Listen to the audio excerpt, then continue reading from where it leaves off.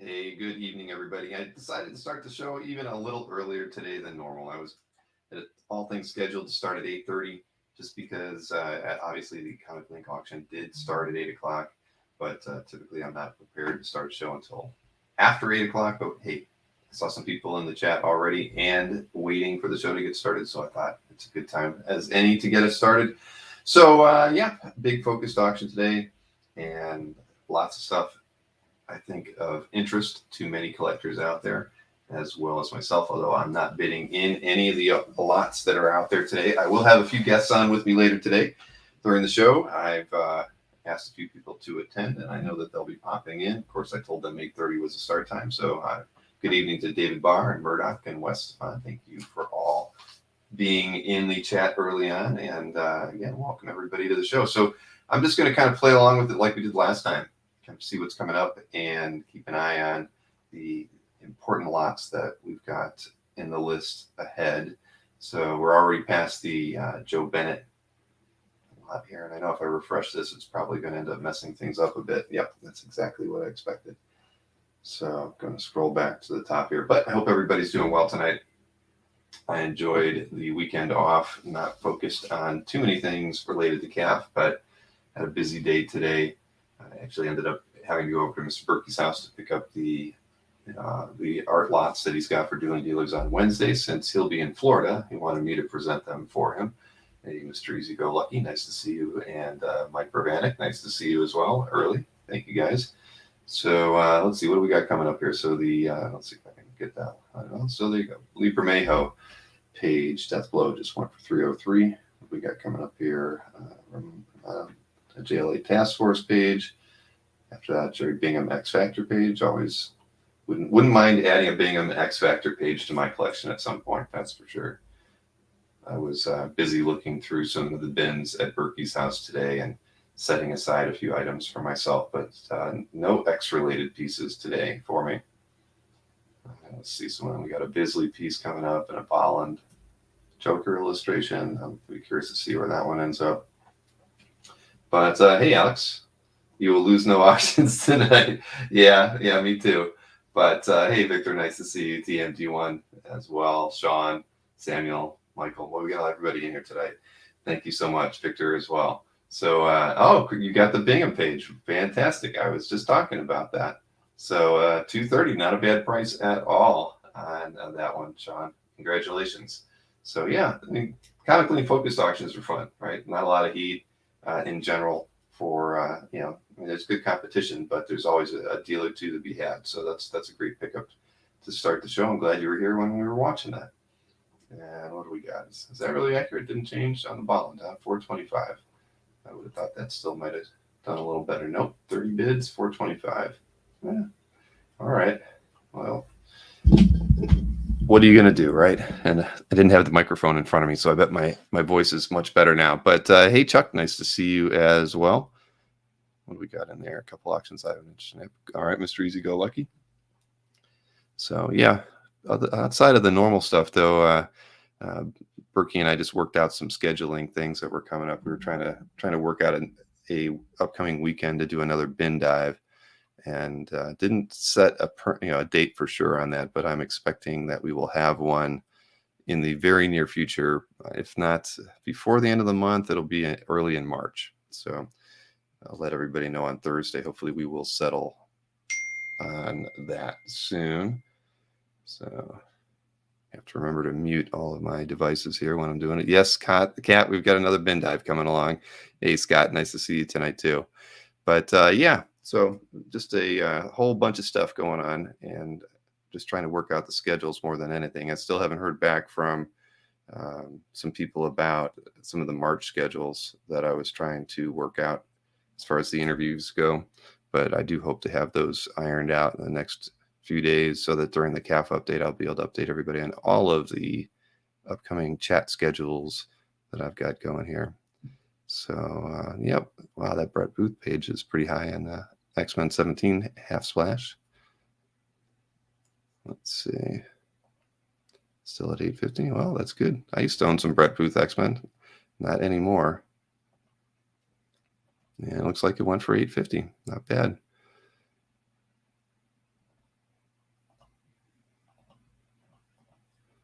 see what we got. Yeah, the Bradstreet Punisher. It's not too, we got 8 seconds left on that one. And there you go. Up to 330. 4,000. Wow, there you go. I've had the good fortune of meeting Bradstreet many times since he's rep by Mark Hay. Hey, Jason. Hey, Bill, what's going on, buddy? I thought we're starting at 8:30. There were people already hanging out and in the chat, and I thought, I might as well get this thing started early. I was going to try to text you, but I was just kind of rolling with the first couple minutes here. We're just really at the 5-minute mark, and I really got done saying hi to everybody and, and getting started. So sorry about that. I saw as soon as you texted me, I should have just said, let's do it. So making up for that now. All good, man. Yeah. So do you got some things you're bidding on tonight? I got a couple things I'm looking at, but I'll be honest with you, Bill. I actually, if you give me a sec here, I want to thank a lot of people. I sold off a bunch of stuff this week. I'm working on buying a real big one, and somebody needed a reference, and CAF came to my rescue, and it was like an explosion of solid references. So thank you, everybody, if you got on there and saw that post. But I got a couple things, Bill. So we'll see as we go. Well, I'm glad you were able to raise the funds that you needed. Or are you still? You're getting there. We're done. We're at the point where we're pulling a couple things back from offers that I got because I got where I need to go. So a couple weeks, you'll see a nice brand new piece, nice X-Men piece. You'll probably be a little jealous of. So, I'll send you guesses offline. Sounds good. I can only imagine. But are they in my top 5 artists though? This one is, Bill, and this one is. And if you go back and look at my CAF interview, there's a big hint of what this page is from. All right. Well, that'll be. I will go back then because maybe I won't throw a guess because I'll probably be wrong. All right. Well, that's great. I look forward to the day when I can sell off a few pieces because I want to go after that one, elite piece. So congratulations on that. Thanks, bud. Yeah. Fingers crossed. Still not here. Once it's here, we can be a little more. It's not in your CAF gallery yet, right? Not in my hands yet. That's even.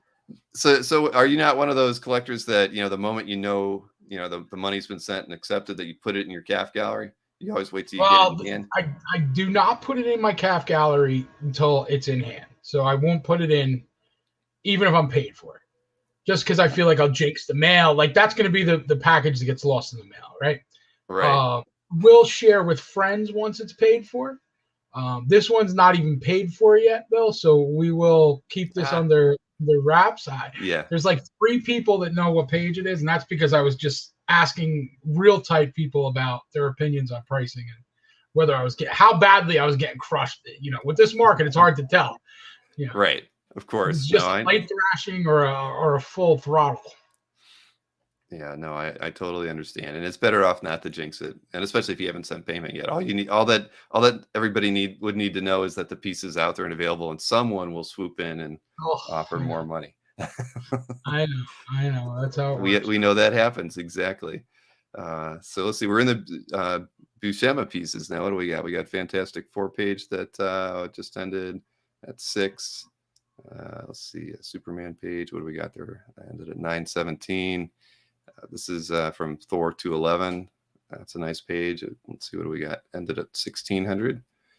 See, I need to go back. Berkey's got a few pages from Thor and FF. I had about half a dozen FF pages in and around 112. Nothing from 112 today, but I'm curious to see where this baby ends up. That Buscema FF page went pretty cheap. I think the last one went around 12 or 1400 a month ago or so. So that's an interesting result. So there you go, just over 18,000 on the FF 112 page. I mean, it's a great Hulk thing battle page though. So, and I did that quick search. Scott asked in the chat that we're in, and if any historical pricing levels on that, but there's nothing interior wise that I could find in our market data for interior pages from 112. So there you go. This is a standout and the only piece of data that's out there that won't make it into my market data since ComicLink is not part of our database. So we'll have to note that one. We'll have to note that one then, but that's an important one. It is, definitely is. But yeah, Berkey's got he's got a lot of John's pages from FF that he just, I'm like, hey, when's this going to get on Dueling Dealers? And he's like, I'm letting it stew. letting it percolate for a little while longer. I'm like, you suck. He had a lot of really nice pages and Avengers pages from John as well. So, but I can't seem to shake him out of him to put him out either on his site or on Dueling Dealers anytime soon. So, okay, we're in the Sal now, the Hulk page. Let's see, where do we end up with that? 2,600. The Defenders Annual. Oh, yeah. Let's see, 2,100. I like the 308 page. Really good images of the Hulk on that one. Yeah, that is a pretty nice page. The Hulk face there, that's that classic later Buscema. Yeah. Angry kind of face. I love it. Just he is a monster. I mean, look at that's a great page. Well, congrats to whoever picked that one up. Okay, so let's see what else we got coming up here. We're moving into the Stephen Butler, John Byrne, Marvel Universe piece. Went for about 2. That's probably about average on those. Cal Fiore. Hand out too. Yeah. 350. See, now we're getting into the Campbells. Let's see. Where's this Phoenix man, Bill? You bidding on this one? No, I can't afford Campbell's work right now. Maybe after the last daughter gets through college. But I'd like. Oh well, there you go. Nice jump at the end there. Yeah, but pretty reasonable for Campbell. Yep. Oh yeah. Well, I mean, all those. ComicLink has had a lot of Campbell pieces of late, and you got to find you figure anybody who's getting a Campbell piece is really going after the character or title there. So I mean, that's a good price on a variant cover for him for sure. Especially with this subject, you and I both know there's an X-Men tax across everything at this point. Yeah, there's too many X-Men collectors out there. That is without question. So let's see, his Captain America cover went for 8,000, and so we're moving over to Giuseppe. But yeah, overall. I mentioned before you came on, there's, I like ComicLink because you can usually get a deal on a fair number of the pieces that are out there in a focused auction. I mean, not all the time, but there are good opportunities still on ComicLink. Yeah, definitely less eyes than on the Heritage stuff. That's for sure. Let's see, Greg Capullo Spawn. So let's see if that goes. 950. Well. Yeah, but I was actually talking with Josh a little bit today. I mean, they've done pretty remarkable things over the last couple of years, and as far as being able to kind of keep pace and with Heritage, not with Heritage and the overall sales, but I mean they've been able to kind of raise the the pricing levels as quickly as Heritage has, at least on the high, the really great pieces that they brought in, and they've done a pretty good job. I like that, and the fact that they're able to continue to bring together as many focused auctions as they do and the featured auctions. I mean, it's tough. It's tough in this market to get choice pieces for auction when you're competing against Heritage, who of course is getting all the attention these days. Yeah, I agree with you on that. Howard Jakin. See, after I did the interview with Howard a couple Saturdays ago, I've committed myself to getting at least 1 or 2 interior examples of his work, just because I really appreciated some of the stuff he and I talked about as far as his approach to page design and everything. So sometime this year I'll add 1 at least. There's a lot of good stuff out there to choose from. Yeah, no, there is. He's pretty prolific. Yeah. You bidding on anything tonight, Bill, or what? I am not. I've kind of, I've only, that's the last auction, the focused auction, I bid on a few items, but not this time around. So we got a Joyce Chin, and I know that James is going to be joining us, and Larry's going to join us, and I think Fish might be joining us. Yeah, I just pinged them. They should be. I know Fish was watching a movie with the family a little while ago, so he might be late, but The other guys, I'm sure, will be flowing in at some point. Well, thank you for doing that. Once I get started, it's hard to multitask. But Ian Churchill page here. What'd that go for, Bill? It's got 16 seconds left. Oh, and here is James. Hey, James. Moved him to the top of the stack. All right. And I have not been watching the chat either, so I should be keeping an eye on both and scrolling the auction lots here. What's that? Forgot the chat even existed. They are out there. Yeah, Marcus, I know that the mini golf sale is very, very close. I got purchase agreements in hand that I needed to have slightly tweaked, and I sent those back to the buyer. So I hope to have those back tomorrow. And then I'll be on my way to wrapping up that sale. All right, what do we got going on here? I should probably refresh this page, and it's going to probably take me all the way back to the top. Hey, Bill, I know you said about this doesn't go into the database. You know, what is their thinking for keeping that information private? Did they share that with you, or? I mean, kind of. It's the same reason they're not in Comic Art Tracker. It's a personal thing, I guess, at the end of the day. And I kind of get it. Well, I do get it. I mean, if I was probably in Josh's position, I might feel the same way. It's, at the end of the day, it's their data.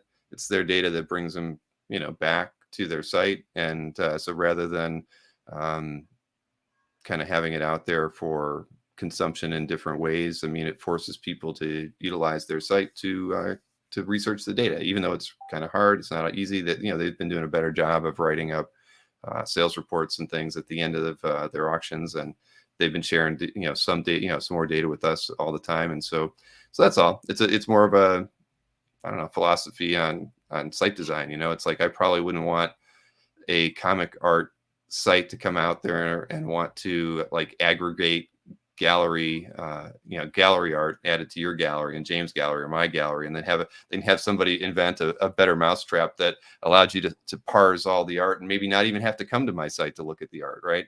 So when that would happen, I'd probably be like, I wouldn't want to participate in that either. So I mean, it's just a different way. But Josh has done an incredible job with ComicLink. I mean, I think they've been in business for 25 years now. So it's just the approach they use, and I think it's worked, right? And they continue to do really well and attract some really great auction lots, and so it's not hindering them. Tomb of Dracula by Gene Colan. Sorry, I want to try to keep pace with things here while we sorry, I am the king of a tangent. I apologize. No, not a problem at all. I mean, but I always ask. I did my usual ask today. Hey, someday maybe I'll get that market data, right? But yeah, I get it, and the answer will probably always be no, and that's cool. Hopefully one day they build their own view into their sales history, right? Because that's really, I think, what collectors would like to see. And so I am trying to watch the chat now a little bit better. Oh, James, I guess you're muted some way. At least everybody's saying you are. It's either that or your mic's not working. Because no, I saw you're actually set to being not muted right now, but we can't hear you. You know what I would say? With us? James, maybe double check, like click the cam mic icon at the bottom of the screen and see if by some weird chance the mic that is highlighted is maybe not the correct one. Every once in a while that happens to me, and you switch it to the right one and bam, you're good. Hey, Rich, I feel like I haven't seen you in the chat in a while. Maybe I'm just missing your familiar avatar icon, but nice to see you. Man, I got to keep up with the lots here too. Sorry. I'm sure you're doing a better job following these on your side, Jason. I'm trying, Bill. I was bidding on that Churchill page, and I lost it when I was asking you what it went for. Oh no.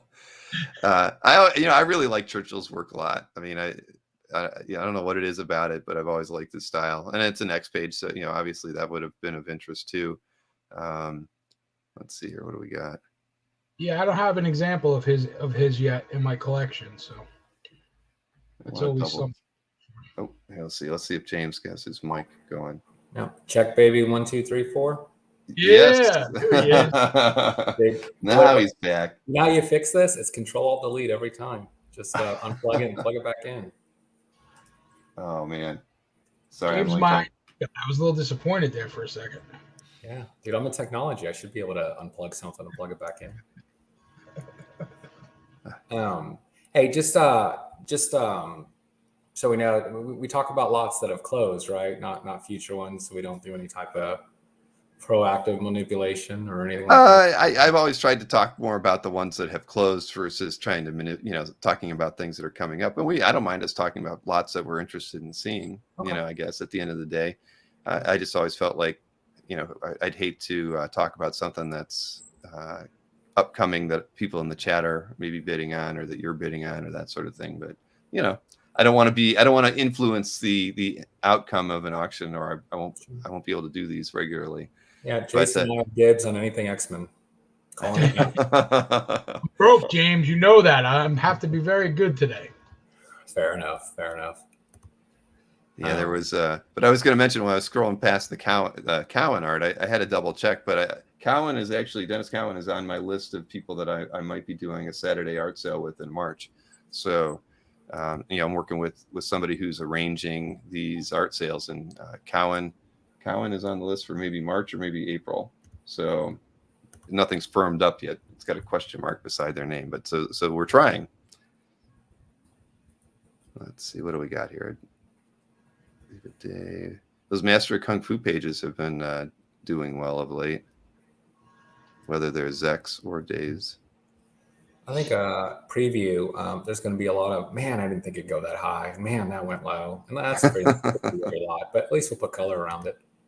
Yep. So James, I'm glad you could join us tonight. I know it was last minute for me to ask you and Jason and Larry, but I know I appreciate it. I would hate to do these things alone. Yeah. So we're here to help spread the misery, Will. Those Tony Daniel 10 pages keep going cheap. I think there's a lot of opportunity still in some of those image titles.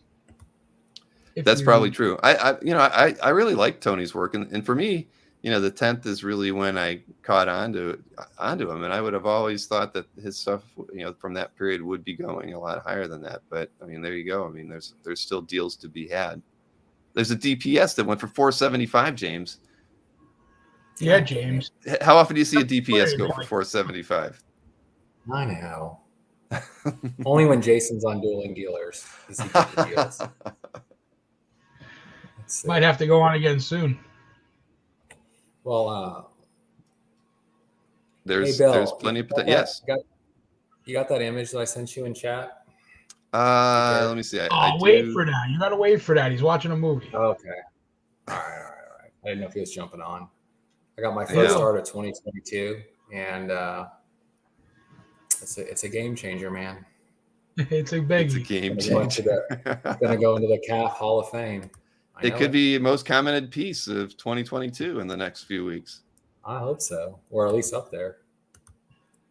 Well, I think it's a guarantee. You also manipulate the best of, so it's best of 2022. The title is going to have every keyword search in it when I post it. Oh boy! Don't keyword spam too much, James. You're gonna you'll put every popular artist name in there that you can. You could put X-Men in there about 30 times, though, James, so people don't want the emails anymore.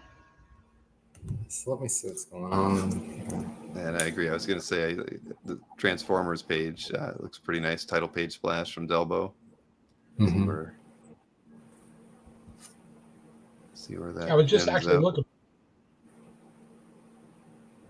Well, went from 575 to 900. So we've got the snipers are in full force tonight. Nice to see. Don't tell Ruben. Well, he's probably busy being a sniper here tonight. We haven't gotten to the Grummet work yet, though. If there is any, I'm not even sure. Oh, I'm sure there is. Let's see. No. So I'm trying to make sure I have. Oh, here we go. I'm trying to make sure I have that image ready for you, James, when we need it. Yeah, done. And then if any of you guys in the chat claim any of these lots, just type what you claimed afterward if you want to. Yeah, that's true. Well, we did actually have somebody early on claim or let us know that they picked up a X-related page earlier, so that was good. Nice to see it. That's because Bill distracted me. I did. See, you're never going to want to be on another one of these, Jason. No, this is perfect today. This is why I wanted to be on it, because I can't chase any squirrels right now. That's very true. No squirrel chasing. Let's see. What am I missing here? Should at least keep these things updated. See, that DeZuniga piece went for twice as much as it was. Let's see, $750 on the Dodson. I wonder, like I've had some decent success even on the focus auctions on ComicLink, buying and selling. It seems like I almost used to kind of ignore them when I was starting, a few years ago on the collecting side, because it was just all relatively on the lower end art, and everything else was, I don't know, semi kind of affordable for 90s stuff. Now it's almost my go-to with current budgets. I'm like, let me see if I can find a treasure in the focus auction. And they'll occasionally sprinkle some pretty spectacular pieces in there. I agree. Well, it's nice that FF Buscema page was surprised to be in here, going for over 18. Even some of the nice Infinity Gauntlet Ron Lim stuff was in the focuses. Yeah. Well, you always have to have something in there to get people in the door, right? You can't always just have the mid to low kind of level stuff. Yeah. There's an Ecstatics page right there, Dead Girl by Dragoda. But I haven't bought anything. And did they break it up in 2 groups this time? I've never bought anything from Group 2. Right. I don't know. I really didn't get a chance to review everything too closely before we got started. I'm sure somebody in the chat will let us know. But yeah, split up. Yeah, that's really the sketchy type stuff.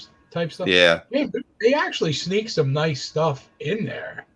I think last one there was a nice Paul Smith sketch that went cheaper than he sells them on his site. So when you're in a long conference call, it doesn't hurt to poke your nose through that second part. Sometimes they have some decent things in there. Yeah, my goal is to win some for $1 on that auction too. It can happen. I know. I had a few Batman on gargoyles as a joke for somebody that were all around $1 to $9, but unfortunately I got outbid on all of them today. Gotcha. Oh, Chuck mentions that he bought the Paul Smith sketch that you're talking about. Oh, there you go, Chuck. Yeah, that was a nice piece. Went cheap. Oh, I gotta get this thing refreshed again. Jason will buy it for a 25% markup. Nah, it was a DC character. I probably would have, maybe 50. You know me, Jake. I can't knock Paul Smith. Yeah, fair enough. I just need to get some Paul Smith. Oh, what do we got here? Scott Eaton, Jill Elgin. But yeah, so it's coming up, and a few are pretty low for what they've been going on the last few times. Which ones? The Why the Last Man pages. Oh. The series, and a series of unfortunate events, I guess, really kind of changed the market there. Yeah, I guess the book is still a great book, though, James. I mean, I agree, but it's losing its live action markup, maybe. I guess Moon Knight's taking it over. Yeah. And Vigilante pages, right? Vigilante. Peacemaker is and with all due or in the nature of Peacemaker, it's fucking awesome. So, yeah. I've been enjoying the show a lot. Yeah. Like I want a commission of an eagle now. don't collect DC or anything, but damn, I want a damn eagle commission. Does Aranga do animals? I haven't seen any yet. We have to ask him. Oh, draw them? I'm just kidding. Yeah. Yeah, he does. All right. It's cafe. It's not cafe. Late night yet. like Mr. Redcheck said, Moon Knight is definitely the flavor of the month. Everybody's hot for Moon Knight by pretty much any creator right now. There was a double page splash of Moon Knight by David Finch on this site called AB Comic Art, and I've never really heard of him too much. And it started out at $11,000. I'm like, oh man, okay, let me wait. And then he bumped it to 13, and then he bumped it to 19. I'm like, $19,000. And then I got a nice little windfall. So I was like, I'm going to hate myself, but I'm going to do it. So logged in, and apparently it sold 2 days earlier. I'm like, well, that's probably just the universe telling me something. But it was one of, David Finch on Moon Knight is oh, heck yeah. No, it was absolutely gorgeous. He showed it to me before he didn't buy it, after he didn't buy it. Yeah. But the price ask is one of those where I know I'm significantly overpaying the current market. I know it. But I guess it's time to kind of bend over and take it. But hey, it went away. Well, I think Bob said today's thrashing is tomorrow's bargain. I think he said in the chat. Makes a lot of stupid purchases look smart. That's for sure. There, Albert said you can have Aranga do an eagle catching a squirrel. I just want to have the eagle giving Peacemaker a hug or something. Yeah, that was a classic moment. All right, what do we got else here? Travel Foreman coming up. But yeah, everybody's paying attention to those sorts of things now.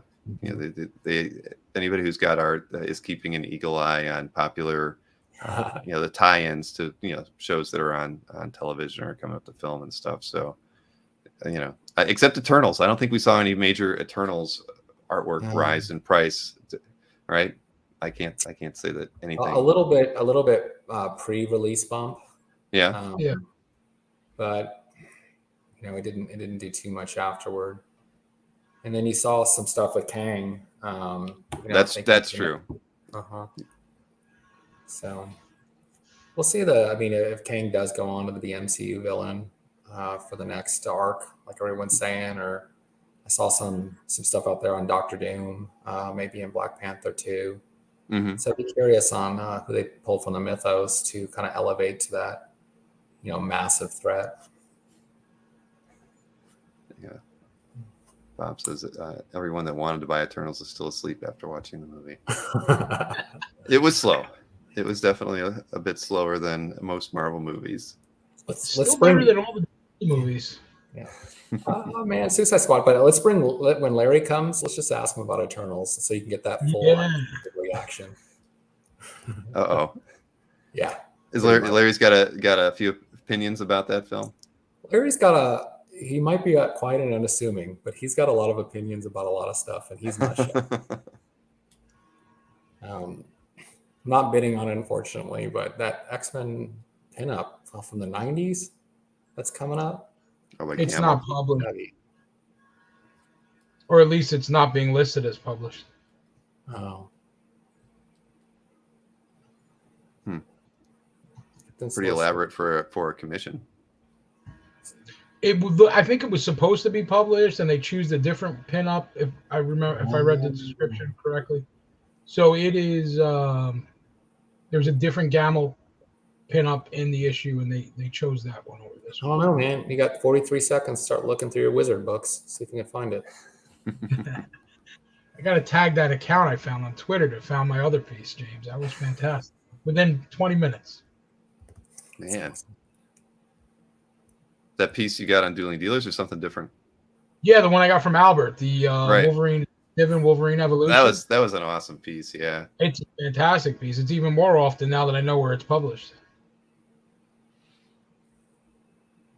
The Gamel's not moving yet. Buy that for me every time I'm trying to put some money together.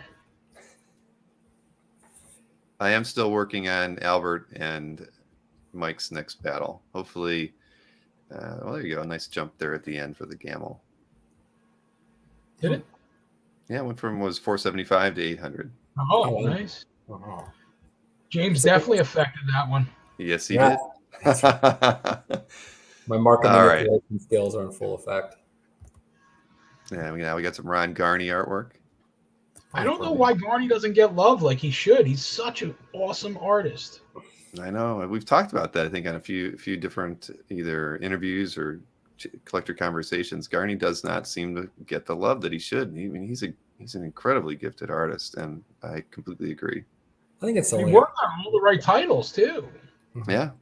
I think it's just a matter of time as certain things become unattainable. Then you look to good examples of the same characters and series from, artists that are better value. So I think he would be one that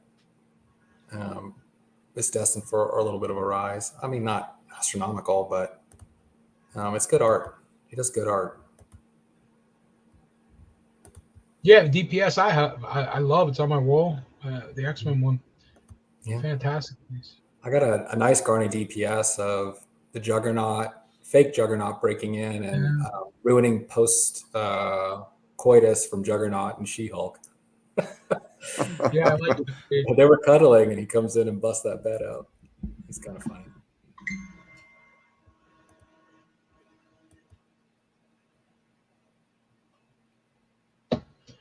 Sorry, my buddy was texting me what he just won on ComicLink. I don't think he knows I'm even.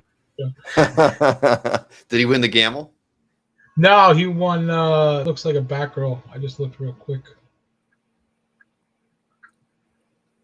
This is like what makes it fun, right? This any auction night, it's sharing what you win, what you didn't win, tears of joy, tears of sorrow. Actually, it's more tears of relief. Garney's highest profile was Civil War. That's probably true, Marcus. But it's half art.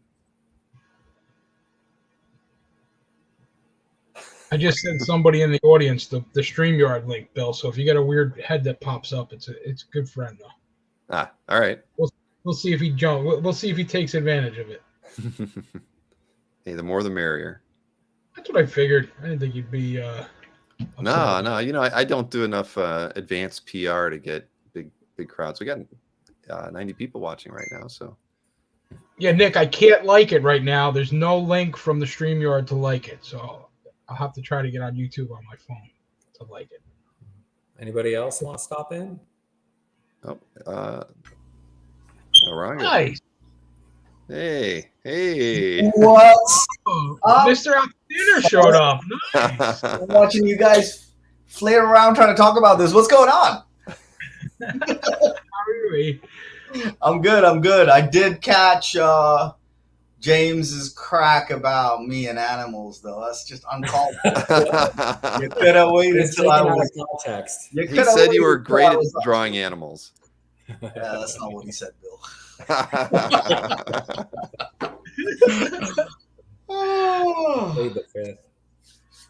All right. What's happening? Where are we? Books of Magic. We're in the G's, right? So Adi Granov page is sold for $9.75. What do we got next? Peter Gross. Books of Magic. I mean, the big one so far was the FF page by Buscema, with the Hulk Thing battle on it for just over 18. Oh, that one went for 18, huh? Nice. Yep. Further putting his market out of reach for me. All right, what do we got? So here's some of the Why the Last Man pages in the here. Well, there we go. 1,500.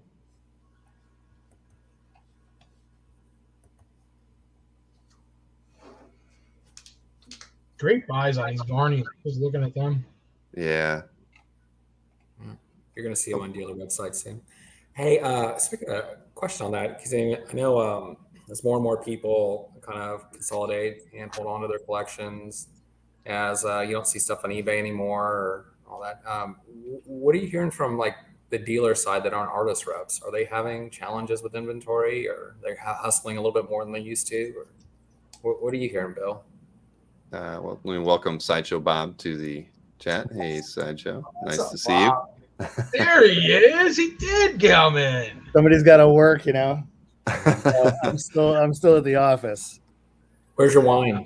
You have the wine? Yeah, no, it's a teetotaler night. So, no, I thought I'd just pop in and say hi. I had a couple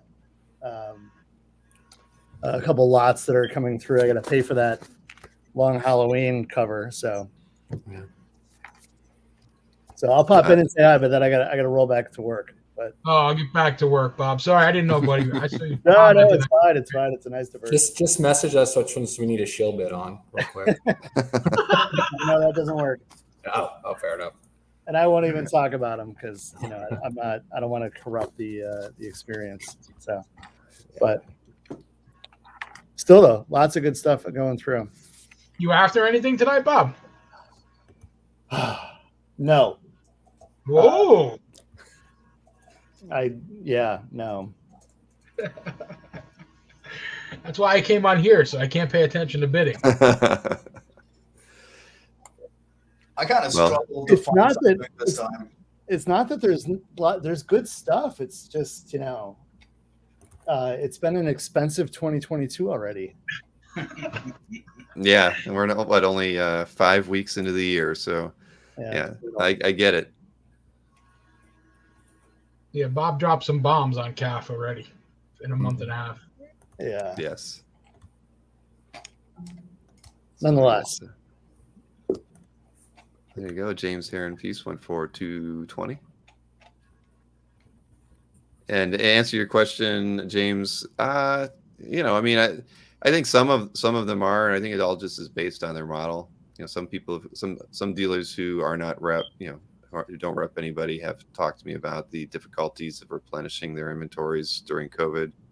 But I think by and large, most people are doing all right. I mean, Berkey's done fine, not just because he has lots of bins laying around, but I mean, he's still a very active buyer in auctions and, buying, whole collections when those opportunities come up. So he's been doing rather well. And, at the end of the day, there are, you would think that those opportunities wouldn't come up a lot, like buying whole collections, but they really actually happen a lot. And you just have to kind of be in the right place at the right time. I mean, I know collector groups have had great success at doing that, but at the same time, it's just trying to really stay, just be in the right place at the right time. I mean, I know Mike picked up a collection from somebody who's never been on CAF, was a collector who was past retirement and was just getting out of the hobby, and most of the artwork that the collector had been bought from Mike over a 20-year period, and they just went back to him and said, "I bought it all from you. Can I sell it all back to you?"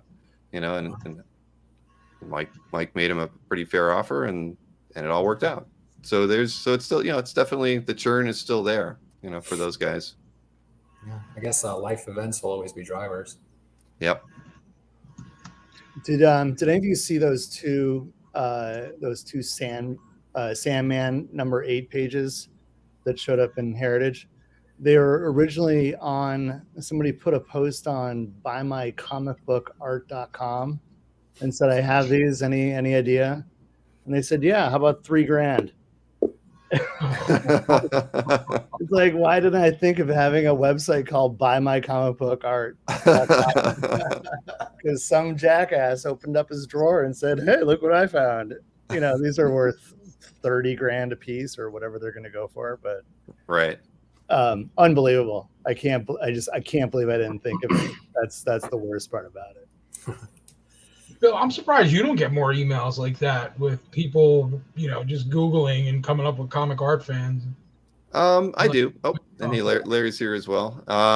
I still get, I get probably an email every week from somebody asking a question, and it's hard because it's like, I have to steer them somewhere, right, or make suggestions. So I kind of try to gauge what they have and where to send them if there's nothing I want to buy.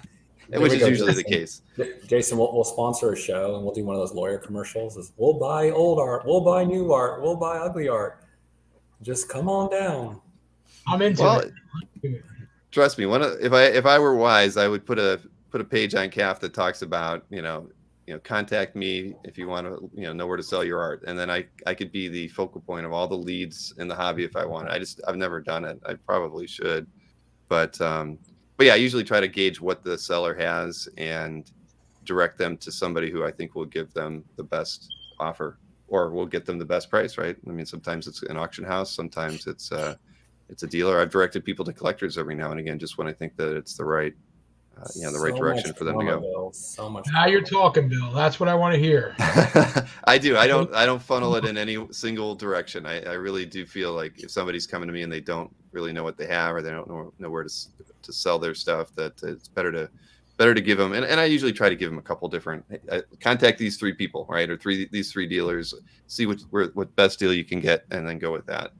So Punisher 1 coming up in a second here, guys. Punisher 1 pages. Oh, right. Hey, Larry. Bill wanted to know what you thought of Eternals.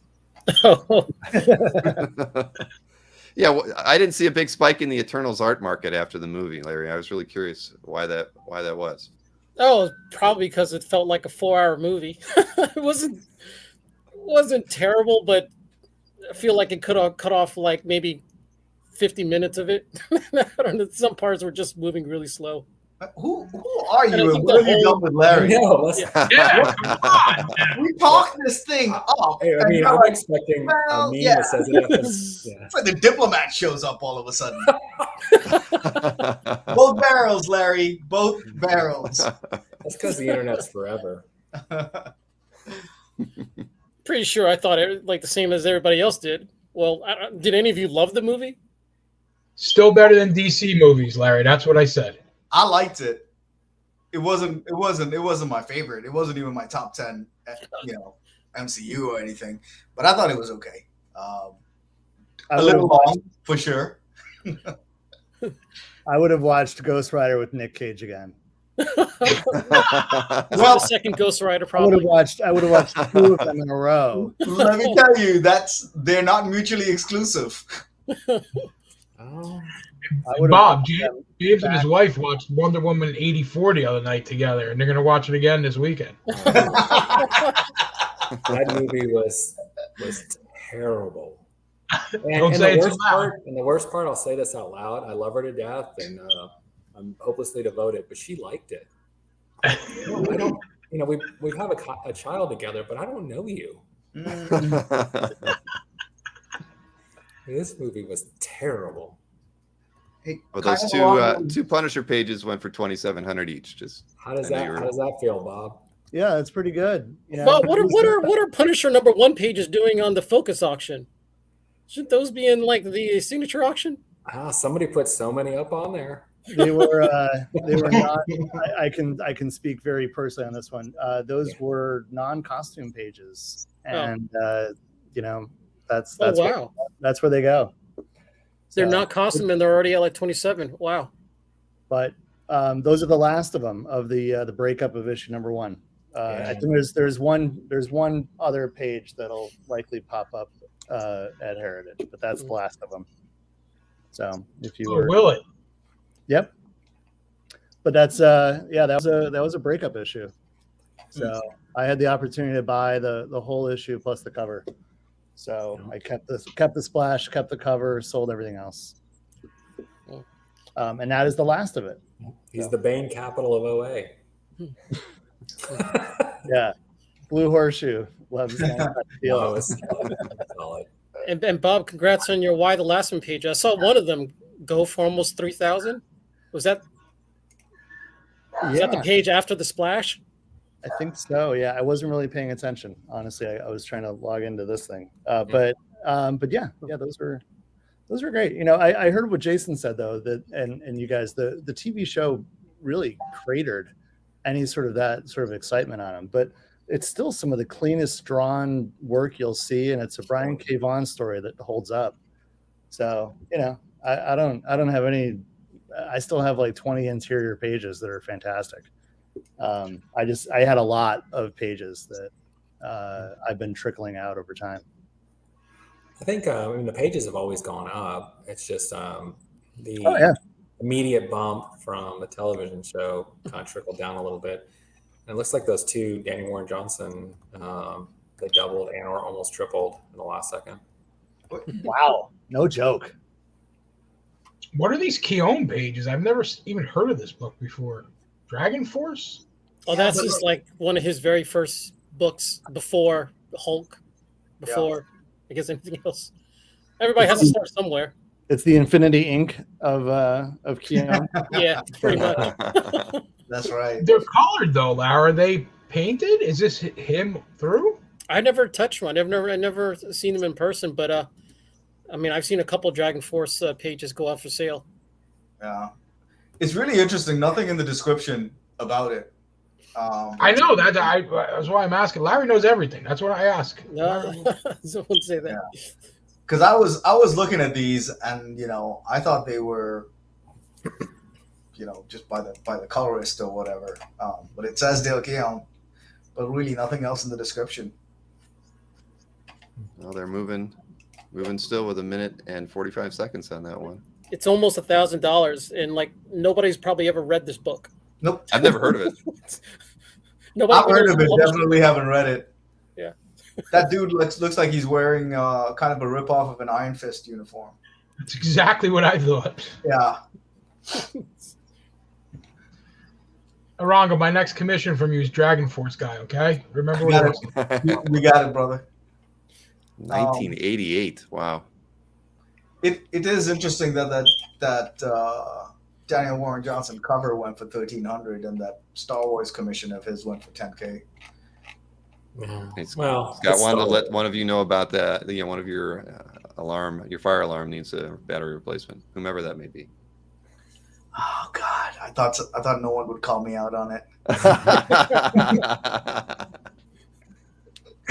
It's been going on for almost a week, you guys. It's like it's the one in my office. I was like, I gotta change that someday, and then I got on this, and I was like, man, just pull the battery out. That's fine too. Yeah. I'm up there right now. Let's go. Negative, Ghost Rider. I'm gonna put you all through this. Hey, nobody else noticed it, right? Other than Scott. Oh no, I think we Well, all. no, We we all hear just it. didn't want to say anything. You're ruining the broadcast, dude. We didn't know who it was, but thanks, you, Orango. We didn't know who to blame. I'm gonna put All right, myself it's up to 9. Keown is up to 909. Sorry, I just want to 959. Well, there you go. It's a pretty page, but what did he have to do? What parts are his? What? Yeah, there's not much of a description, is there? There usually isn't for these auctions. Yeah. It's really Well, you got really worth $1,101 is where For it any ended work up. of his, I mean, these figures are beautiful. Yeah. Yeah, that's a stunning page. All right, come on. Yeah, you can tell it's his. I mean, you can see it's his style and so on and so forth. But Yeah. There you go. it's always 951 on the weird net. in today's world bidding on stuff without great descriptions. I mean, this is old, so at least it's relatively traditional. But there's so I'm not much sure stuff how out else there. you can describe it. Yeah, maybe how it was colored probably would have helped with the watercolor or markers. But Yeah. other than that, I mean, it's like, hey, it's Dragon Force. We don't know anything about it really. Oh, there's a character named Kamikaze. I'm sure somebody else out there knows about it, Larry. I'm going to have to do some research now. Bill's on. Ring. Is there any Dragon Ring art on CAF? That's the question. I'm going to find out. So let's see the other page. 611 and 223. So there was a couple cheaper pages out there. So here we got some Sam Keith coming up next. Yeah, that Hulk Wolverine page is riveting. Got to go after that. Let's see what we got here. Well, you guys have a good time. I'm going to drop back and do I have to finish a 100-page, valuation back here. So I'll catch you later. Enjoy. See you, Good seeing you. Always a pleasure seeing you. And there you go. There's some Dragon Ring on CAF. 6 pages. We've got more pages on CAF than we're auctioned off tonight on ComicLink. It's probably the process of producing those pages. They had the colorist color directly on the original art, which is Maybe. that, but I guess they trusted the colorist not to mess up. I don't know. So that Wolverine Hulk Keith page with the ring girl coming out of the hole. Well, $3.25. It's a good price for Sam Keith. Yeah, I would agree on that. Well, I guess it checks the name off.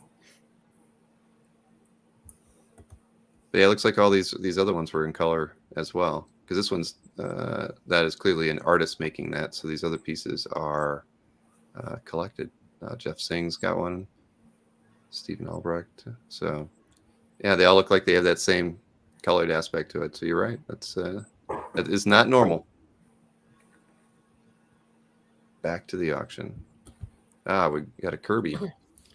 So what have been the stunners so far? Have you guys seen any? Well, really just the FF John Buscema piece that went for 18 from issue 112. Wow. It's a good thing in Hulk battle page. And the JSCs, Scott Campbell's, I mean, they still pulled in good chunks of change. I mean, it wasn't a stunner, but right, the Phoenix was 6. I forget what the other one went for. I mean, I saw a Bagley go for like 6,000. I thought, yeah, that was scary. Mm-hmm. That was impressive. You know, I I guess it somebody that reflected Phoenix- 90s Spidey. I mean, I don't know if it's harder for Spidey collectors or X-Men collectors, but I mean, it's tough getting any kind of like vintage Spidey now, whether from 80s or 90s. Kind of like the X-Men. yeah. It's going to be pricey. I mean, especially if you can go for McFarlane or Larson, it's huge. And now those buyers, they're probably getting priced out of Larson, and so they're moving on to Bagley, and Bagley has done a long run. I mean, it's a lot of issues to choose from. What do you think is after Bagley? Stephen Butler. It's got to be Humberto Ramos, right? Ramos was the next main artist after Bagley on Spidey. I think Ramos came later on. I can't remember on. That's amazing. Who came after Bagley? McFarlane. There you go. Dino mentioned the Surfer Splash one for 6.9. Yeah. Wow, 6.9 for that Surfer Splash. I didn't even know who the artist was. I'm like, I don't know that name.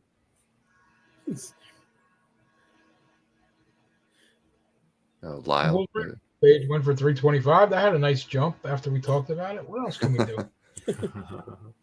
We're helping raise the art sales here this evening. I was like, yeah, put in the chat which pieces you guys have cosign, and we may get to them. I was also looking at a Silver Sable splash by Butler.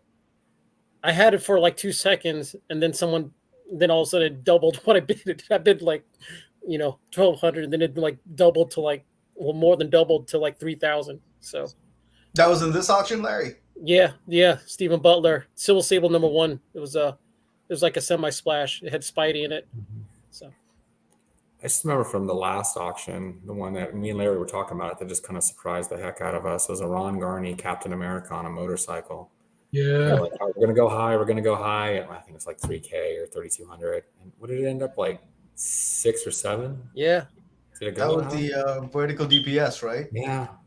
And that was a focus auction, if I remember right. Yep. You should have got that one, James. I know. Well, I'm not that much of a baller anymore. Did you get it, Alberto? I can't remember. I think it was posted on CAF. No, Alberto didn't get it. I talked to him the same day. Hey, an interesting about Alberto, we found out. So I got this workout machine called a Tonal, and we're part of the Facebook group on there. And this guy named Alberto was doing a lot of commenting. And I was like, dude, I think that's the same guy on CAF. So there are, I guess, 2 comic art collector Tonal workout fanatics out there. I thought I was a lonely man. And you're not anymore. Yeah, we're found my partner in crime. Did you guys just become best friends? Basically, like, are you gonna do karate in the basement together? All kinds of stuff. The sky's the limit. All right, what do we got here? So Ron Lim was saying it was JR after Bagley. After Bagley? After Bagley. Yeah. Oh, there you go. Yeah.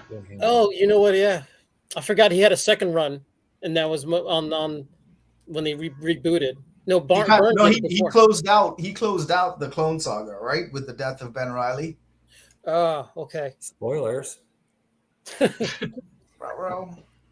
That Clone Saga is like a hidden part of my mind that I forgot. It's like a press part of it. You also can't call spoiler on a storyline where the word spoiler didn't exist in that era. That's how long that's been out. Hey, Knights of Old, it's not my fire alarm. Don't you worry. I have no idea where it's coming from, but it's really annoying you guys. This is a big DPS of Qbert for a really low number coming up here in a couple minutes. The Dark Knight 3 one. Someone was selling this privately beforehand. Was it for sale on CAF, if I recall right? Yeah, I think I feel so. like I've seen it. Yeah. It's I think that's a buddy of ours, Jason, that was selling it. Oh, is it? Yeah. It's a whole lot of Andy Qbert art. It's really nice. It's a vertical DPS, is that right? Or I don't know. is it a 4-pager? What's going Looks on? like 4 pages. That's Yeah, it looks insane. like 4. Yeah. It's a poster. And there's prelims with it too. How much is the bid right now? 700. Well, let's see. It was 761 when I landed on it. 1600. 1600. Yep. Oh, that's a jump. There you go. Nice. Oh, wow. Nice. Nice finish on that forced one. me to bid on it at the last minute. No. Oh, good. That's what I'm here for. No. All right, what do we got? Some rampaging Hulk artwork.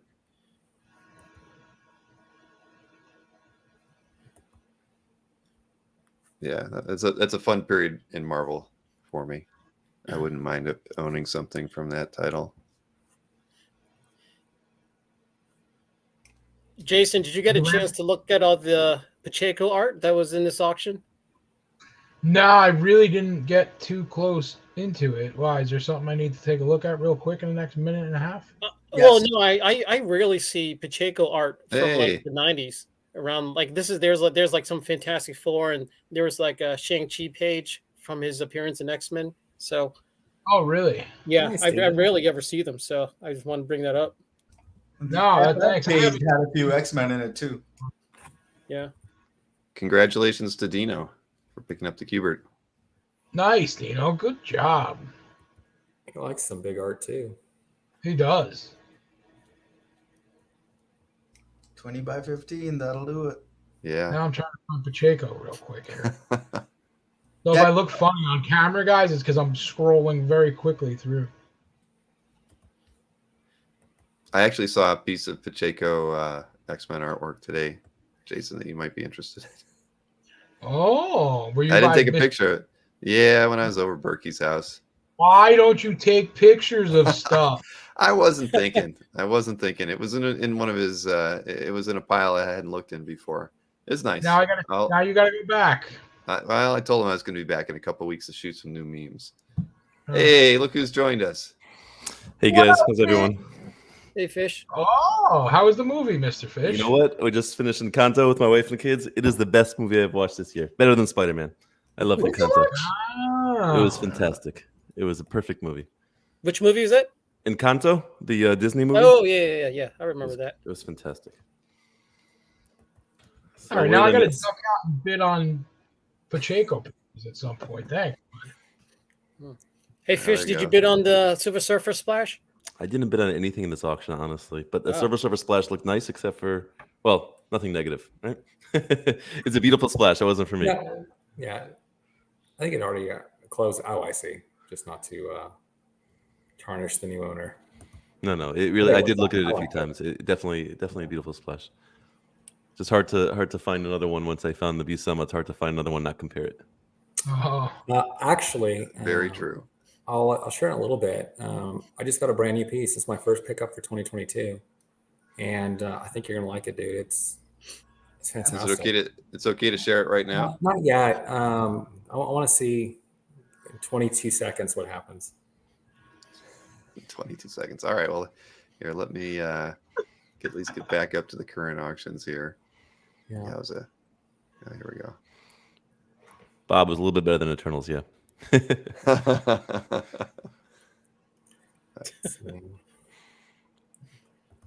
Oh, there it is. Minimum of a Jim Lee X-Men random character card art is now $6,200. 6,201. Wow. For long shot and who? Can anybody on the panel besides Larry tell me what who is? Can Larry tell you what who is? It's a bunch of magistrates and Pete Wisdom. Nice, Aranga. Yeah, I'm sorry. Like, yeah, it's this little underground comic called the X-Men. There's a few people that read it. Yeah. Right. I forget sometimes that you're with us. But no, dude, I appreciate it because usually, and we'll post it on CAF, and I'll post it on CAF, and then we'll see the feedback, and if it makes it to his recap. But I had Aranga draw me a commission, and we talked about it for a while, and we wanted to do something that kind of truly captures the moment. And he knocked it out of the park, man. And if you don't know, Aranga's an engineer, manager in Alabama, and he does the art on his side. And it's awesome that he's a friend because his talent's fantastic. So I just wanted to share with the community what he did for me. He showed it to me, and I just wanted to kind of get it up there right away to share with all you as well. So if you got it, Bill. Drum roll. What else did he do for you? Oh my gosh. He brought his ruler. Oh wow. I got tears, man. Thank you, Aranga and James, for that. Aranga, your surfer has like a Grindenberg type look to it. It's not it wasn't my idea, Fish. Just how are the proportions, Fish? Well, Aranga's here, so they're beautiful. Oh no. Be brutal, dude. Stare at that silver crotch. That's what's drawing you to. I'm seeing Heroes Con t-shirts for us guys. That's what I'm seeing. Oh no. Maybe changing my CAF profile pic after so long. Did you letter that by hand? I did. Yeah. Very nice. Hey, thanks. Let's see. That's a beauty. Thanks. Marvel Boy 77. Jack Kirby's turning over in his grave right now, Aranga. I had to ask James if he was serious at least a couple of times. He was dead serious. I was like, all right, let's do it. Nice pickup on that one, Marvel Boy. That's Spider-Woman page from Lealoa. That's great. Very, very great. Love to get a page from Spider-Woman, but they are sought after by many collectors. Yep, it's got to mention the Kirby crackle on Aranga's. Hey, that was all Aranga, man. He threw that little detail in himself. It's like, let's just go all the way. The Ron Lim prices have really been strong. You guys saw that Silver Surfer page with that Galactus, the early Ron Lim that sold for $6,600 in the Heritage weekly auction. Just strong prices on Lim. Yeah, I was just actually looking at those right now, Fish. Even the pages away from his core titles are climbing up. Yeah, good for him. Or good for the people who own his art. Yeah. I'm about to pick up my first Ron Lim piece. You did it? Next couple of weeks, yeah. Congrats. Is it a surfer? No, and it's a modern cover, but it's from my buddy Ed in France.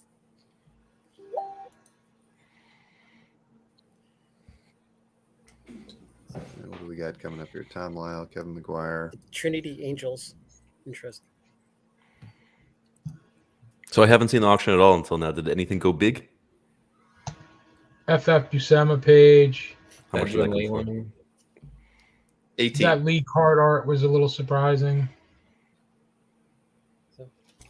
Yeah, Jim Lee card art. I mean, 6,000 is kind of like where the baseline is for that stuff. So, I mean, obviously with long shot and who. But, I mean, anybody who's collected the Jim Lee cards would remember the long shot. So. Right. No, the long shot, definitely. I remember. The Who. Anthony had the Banshee not too long ago on Dueling Dealers, and that was not that aggressively priced. Well, that was just like the Frazetta that Anthony had the little remark on Dueling Dealers and couldn't sell it for $4, and then the same thing sold for 18 on Heritage. Yeah. Yeah. So I can tell you we've talked about that many times in the green room after shows. Hey, and Jason, I know you had a question, or not a question. You were going to ask me the impetus behind Anthony in a diaper. I can tell you that the day before the show, I said, "Hey, I've got this great idea. I'm gonna do like versions of myself at 1 year old." And I emailed both Berkey and Anthony, and I literally said, "I'd like you to film something, but please no diapers." He calls me immediately, and he's like, "You're not gonna believe this. Sharon's bringing the diaper over right now. I bought one." I'm like, "No, you didn't." I really was serious. I didn't want him to do it. And he was like, "Oh no, I'm doing it." And I'm like, this is going to last forever. And he's like, "I don't care." He literally bought, from some online costume shop, that outfit.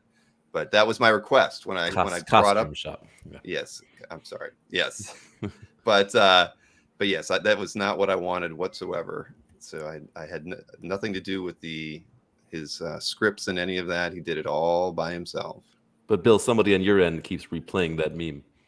Yeah, that's Maureen, my dear wife in the studio.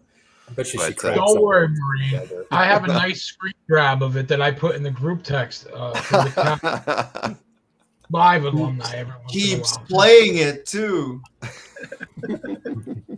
I'm sorry, everyone. I have blinded you more than once in the last year with memes from Anthony. These pasties and whatnot, but he really sees it all as art. That's the thing. So I can't stop him. Hey, he made $1,000 out of it, right? I mean, he's gonna like walk around SDCC with it. Well, not walk around, I guess, just waddle.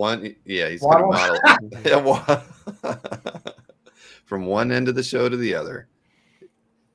This Avengers Annual 6 page coming up in 20 minutes. It's a really nice page.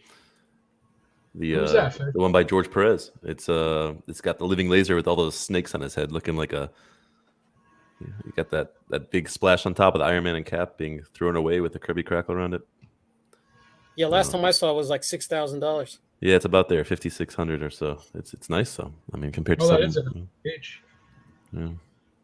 We got some McFarlane coming up here. Infinity Inc. 23 seconds. Few of these. Wow. Okay. Did any of you guys actually read Infinity Inc. like during the time it was published? Negative. Derek did. No. Yeah. I actually did, to be honest. It's one of the few DC books I had as a kid. Well, nope. I was strictly Marvel at this point. Yeah. I mean, the art's. It's McFarlane art. It's not bad. I just I don't remember it personally. Well, 1,200 on the first one. I'm surprised DC never brought it back. In some manner. Yeah. Yeah, I guess they own the property.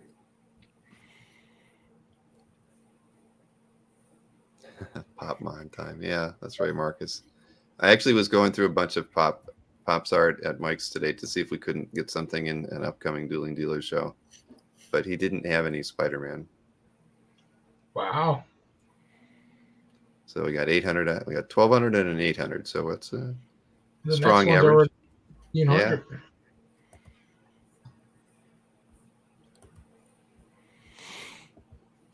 $1,575. Wow. Somebody in the audience is probably happy. You know what we've seen with every other artist, once their top stuff gets out of reach, like we just talked about Ron Lim, their secondary stuff starts to go up also, and McFarlane's Spidey pages are way out of reach for the average person. So well, before you got on, we were talking about Dale Keown and Dragon Force. Yeah. There you go. $1,000 for a Dragon Force page. Same thing. So why shouldn't the McFarlane Infinity Inc. go up also? Same thing. People who want an example of that artist and can't afford the main title anymore, this is what they do. Well, it's not even the main title with McFarlane. I think anything in Marvel right now is what is a bad Hulk page going for? Over $4,000 or $5,000 at this point, right? But Infinity Inc. is DC though, right? Yeah, that's what I'm saying. So if you want to get in on entry level, that's where you're going. It's crazy. Entry level is $1,200 these days. Used to be entry level is $200. Yeah. Those days are long gone. There's Kind of hard to get there. Angel Medina page coming up from a book that again I'm personally not familiar with, but I think it's pulling in a decent price because Angel's art, as Dickie was mentioning in his interview, is pretty underappreciated. Is it just because it's one of his first books or something? It's back in the '89. You're saying the price is higher than you expected, the Dreadstar page? Yeah. Dreadstar number 43, page 1. Yeah, it's got that beautiful ship on top. Yeah, solid art, man. This McNiven page that's going in a minute or two is gorgeous. Oh, the Conan? Oh, yeah. Beautiful. Oh, No, he's talking about the Wolverine. Oh, the Wolverine. Okay, Don't you know who you're talking to? I think you'd be all over this page. Look at the Barry Windsor Smith influence on the Weapon X panel and the patch panel. I mean, really pretty. The only thing I have a question on with that It's is a blue line. Yeah, because Well, that's that's all. what I'm afraid of too. Some are and some aren't with him. Yeah, there were two pages in this auction. One is blue line, one is not blue line. Okay. So which is this one? Well, you have to open this one up. You have to click on it. It'll tell you. I don't think this one's blue line. This one is directly on pencil. But there's one that's just credited to Jay Lyston. So. Oh, that makes sense. Oh, this is a beautiful page. Wow. Right? It's gorgeous. Oh, it'll go much higher than that in the last minute. Yeah. Surprising that Conan's going for more than the Wolverine. But that Conan's beautiful. The Conan is pencils because it's actually pencils. Yeah. I think all the McGinnis stuff kind of hit target for, I guess, whoever was co-signing it would be my guess. I was looking at that DPS, so it went around where I expected it to. But the one with Thanos. 2000, yeah, 2000. Yeah.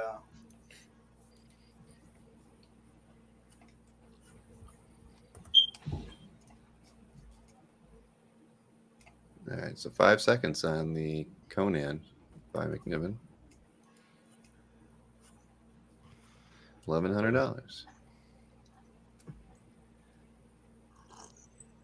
All right, guys, I'm gonna go turn my camera off for a second, and my mic, and change the damn batteries on the screen. Do you have a 9-volt? Well, by change batteries, I mean I'm gonna unplug this sucker. You need the sound off. Oh. All right, let me go ahead and do it. I can't stop hearing it now. After a week of not bothering me, now it's like, yeah, all right. All right, it's for your own good. Yeah, but wait till you get on YouTube and do it Too too. much. That McNiven page didn't run. 902. Nice, yeah. That's it's a good price. This is the Angel Medina piece you're talking about, Yeah. James. Yeah. Okay. 1989. Dreadstar. Yeah, like not familiar. I guess it's Pretty good for Dreadstar. Mm-hmm. I mean the dude's Dreadstar was a Starlin property, wasn't it? I believe so. Yeah. Yeah, it was. It was a early graphic novel, right? Like, yeah. In that series, the third one, maybe, or I can't remember. I know I've got it somewhere in the stack over there. All right, these Pop Mons look like they're going really cheap for the DC Universe versus Masters of the Universe. All under $100. Went below everybody's radar. Yeah. Wow, that's definitely a deal maker. There's a He-Man splash. That's the last one, or second to last. Wow, that's over 100. An Al Milgram page is only $145. Oh, there's no Hulk in it. Okay. It's got Samson. 46 seconds left for anybody who wants a really good priced Incredible Hulk 329 page. I've actually never owned any artwork that Milgram's had his hands on. I've always been looking at a lot of different stuff too, whether it was pencils or inks. I mean, a lot more inks out there, but I would like Really? to. Wow. I'd like to get How do something. you feel about Al Milgram? He was nice when I met him in person. Recently? Like 3 years ago. 3? And I've emailed with him a little bit, and sometimes he's responsive, sometimes he's not. But he's fair. He gives an honest answer. Well, that's good. Yeah. If you mainly focus on X-Men, I don't think he did many X-Men stuff at all. I mean, I don't think he ever touched the Uncanny X-Men, but he did X-Men Adventures. Okay. But he did a lot of Silver Surfer over Starlin. I mean, a lot of Captain Marvel over Starlin. Yeah. That's true. A lot. I actually saw. Well, I won't even say it. What I saw today. I won't say it. We have to have an pull the battery version of the show, Bill, that we charged for. Mike get a very nice commission piece that was of Warlock by Starlin and Milgram, and he didn't tell me what the price was on it, but I'd never seen it there before. But I thought it was pretty. It was cover quality. It was very nice. But so that Hulk page went for what? 191. All right. Doc Samson does not rate like the Hulk would. And Marcus got the Mon page, I guess. Yeah. Okay. Oh, the half splash. Congratulations, Marcus. I want to see that posted. You know what's interesting? I'm looking like at that Scott Williams Wolverine illustration coming up in not for another 42 minutes. It's at 285. It's so crazy how some of these inkers they're so good, but because they're thought of as inkers, not pencilers, like Rubenstein and Scott Williams, when they draw something like this, it doesn't get that much money. If that were Jim Lee, of course, it'd be different. But Scott is a great penciler. Scott is a very slow penciler. That's what he told me. What's that? Scott's a very slow penciler. He's a much quicker inker. So that's why he went the inking route. Right, but why would his Wolverine commission go for so little? I mean, still time left, but it's a nice Wolverine. Why would it be so cheap? How much is it at? 285. Yeah, take a look. It's published art. Is that the side profile? Yeah. Yeah. Cigar. I think he was selling them for $450 at the shows. It'll hit around there by the time it's over. Yeah.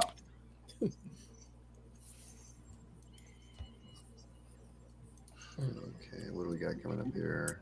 So Bill is talking about Starlin's. So I've seen a couple times where someone would take one of Starlin's commissions that he brings to a con or whatever they got from Starlin, and then they gave it to Milgram, and then Milgram would ink it and add the star background and everything. And I think he would sign a Gemini or something like that.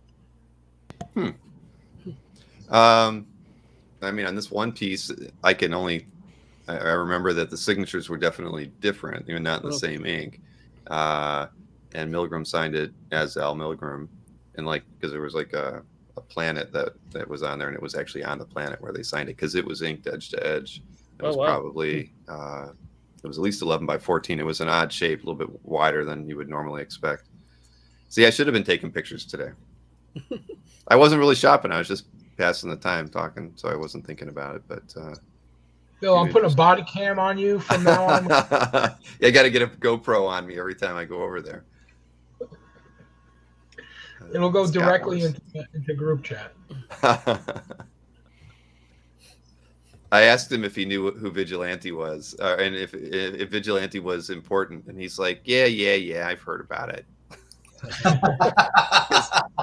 I said, I've seen at least 4 or 5 Vigilante pages in the bins around here, and people are just hoping that you'll start throwing those out there and not know what they're worth. He's like, I know it's on that show on HBO.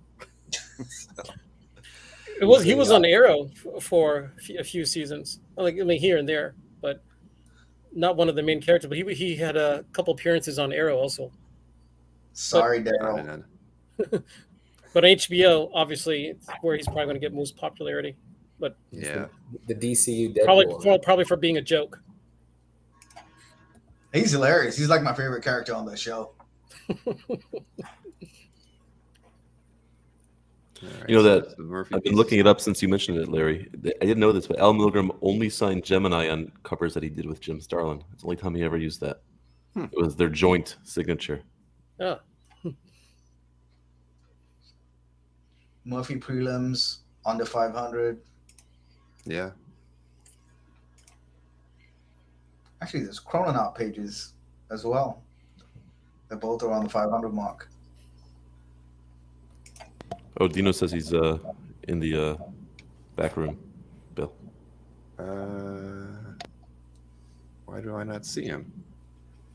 What StreamYard link is maybe he has a different link. He's using one of his old Collector Conversations links. That might be. I can email him the correct link, though. Well, Meltdown.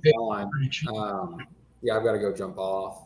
Told my family it'll be an hour, but I'm going to wait till Dino jumps on, so it's not rude that I don't because that's not. Yeah, I'm going to get him the right link. Yeah, because he's definitely not in this studio. Could be in an older one. Let's see. Ranga, did you win that meltdown page? It's pretty. Man, I was 750, huh? 3 digits. Yeah, crazy. John J. Muth. It's pretty. That's a sweet price for them. If I didn't have one already, I probably would have jumped on it. How did John and Kent Williams? How did they split up the artwork? Kent did all the Wolverines, and John J. did all the Havocs. Oh, really? Okay. Yeah.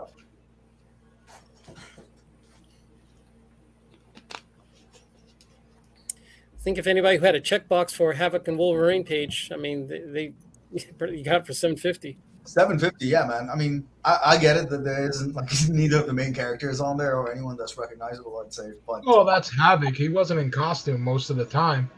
Right. But it's a beautiful page. I mean, the colors, the reds in this, and that there's not a lot of color in that book. It was a lot of muted colors, so that one really stands out for the price.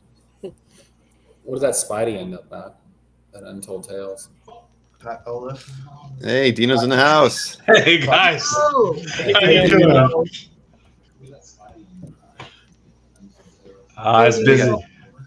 Hey guys, no, nice chat. I thought I'd join in and say hello, and really like the comments and all the flavor of the chat. So, Well, how you guys doing? Yeah, thank you for I was joining mentioning us. that I've got to jump off right now, but I wanted to wait till you got on so it wouldn't look like I was jumping off because you were getting on. But that's too bad. Cool. Have a good night, everyone, and I'll listen to you chat, Dino. Good night, James. Congratulations Good night, on James. your Aranga surfer. Night, James. See you guys. Derek's asking about my thoughts on the Incredible Hulk 412 page 19 splash. It's a Paul Pelletier page. Yeah, Gone through. Yeah, I remember that issue well. we're coming up on it. Yeah, not a huge By-Beast collector. I like what's that coming? that splash with the Spidey, Thor, and Human Torch. That's a page 1. That last issue of FF ends the run. The Carlos Pacheco. Yeah, for the Sentinel. Yeah. It's a nice splash. I mean, it's clearly Pacheco, his early style. I like it. It's weird that the art's 7.5 by 12 on a bigger page. He made it smaller. Interesting. Maybe for detail, like so we can. Oh, Yeah, Fish. I think. I mean, that's a reason why I kind of held off on it too, 1800. because it wasn't a full page. It was bang, like wow. It was like 3/4 of the page of the splash. Right. But great action on it. I mean, you have absolutely. 3 big heroes. Sentinels, I think, add a lot to the page. And look at that perspective from the top. Looks like you're looking down from the sky. That's cool. Yeah, you're coming in with the heroes after the Sentinel. It's fantastic. Yeah. That's lovely. I couldn't tell. Was this part of the Onslaught crossover? Do you guys know? Was this before Onslaught? Right before? Because that's when the FF ended, right? I can't tell. Oh, you know what? Could have been Onslaught. I mean, it's the last issue of that. 96. Yeah. And I guess that's when Heroes Reborn starts after this. Yeah. Who did Right, where they reset everything. Yeah. Heroes Return was Salva. Did Salvador do the Return book? Yeah, LaRocca? yeah. Was it yes. Salvador? Yeah, I think LaRocca restarted it after Heroes Reborn. Yeah. So we're getting into these classic Pacheco arcs now. Hey, Ian says, thanks to the show, he picked up a nice, cheap page. Ian, I mean, don't leave us in suspense. What'd you pick up? Yeah, exactly. They're running a little bit, Larry, these Pachecos. Oh, here comes that Perez page. I love that. It's 1976. Really nice. A lot of crackle. And it's got that You great know, line on the bottom left. You caught them by surprise from the rear. Yeah.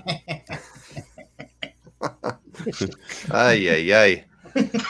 I like the page. We're just gonna. That is a good. It's a good one.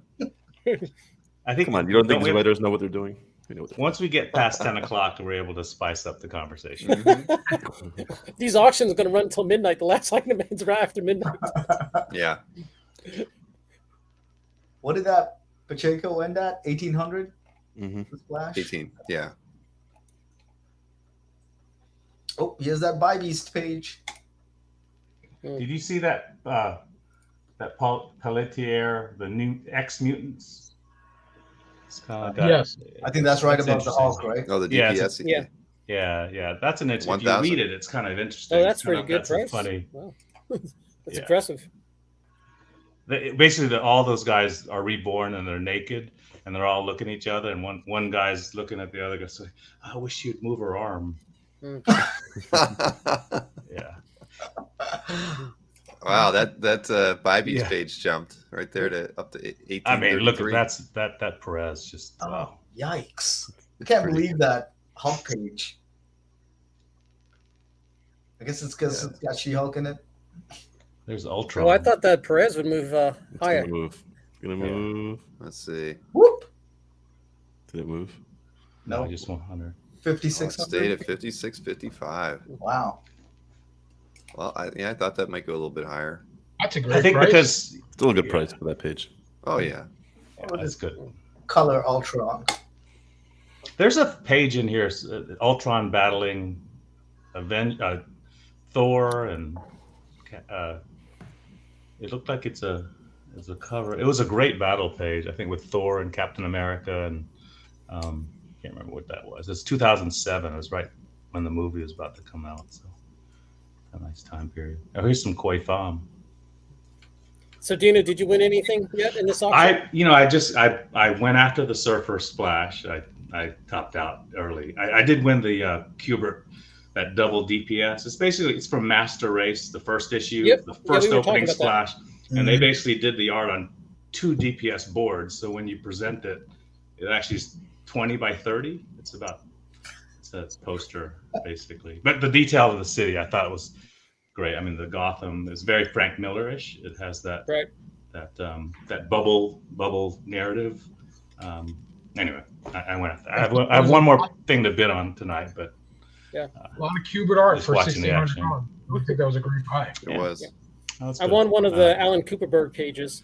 Alan Cooperberg's vastly underpriced. Big time. Especially since he's inked by Mooney too in those pages. I got one of the Thor pages. Oh, classic. Oh, nice. Good for you, Larry. Yeah, nice job, Larry. Thanks. I thought this Koi Pham Avengers pretty good. A lot of detail. Look, if you look at he could have made that really simple, but he went hyper on all the shading and stuff. I thought that was Danny Mickey inking him. Oh yeah, that makes sense. Yeah. Spawn stuff. Got signed by Stan too. Oh yeah. Oh, it ended at 469. All right, that's good. Well, that's a good price for it. That's good Splash price. page. Nice. Pretty big number on that Don Perlin Defenders 100 page. Yeah, that 100. I was going to say the same thing, but Which Larry issue must was have bid it up.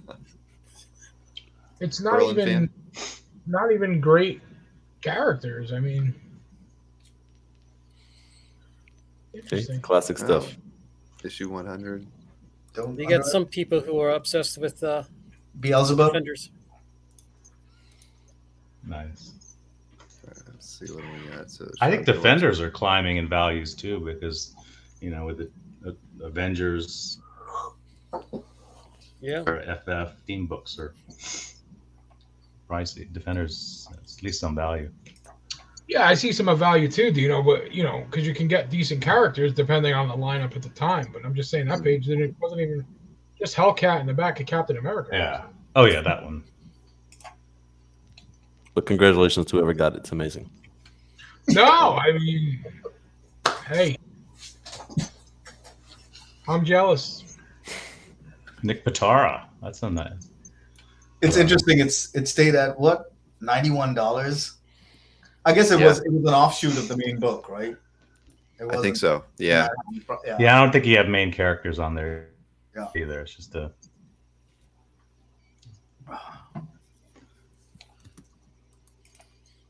We got a nice Pollard FF page coming up with Synod inks. Yeah, Synod inks.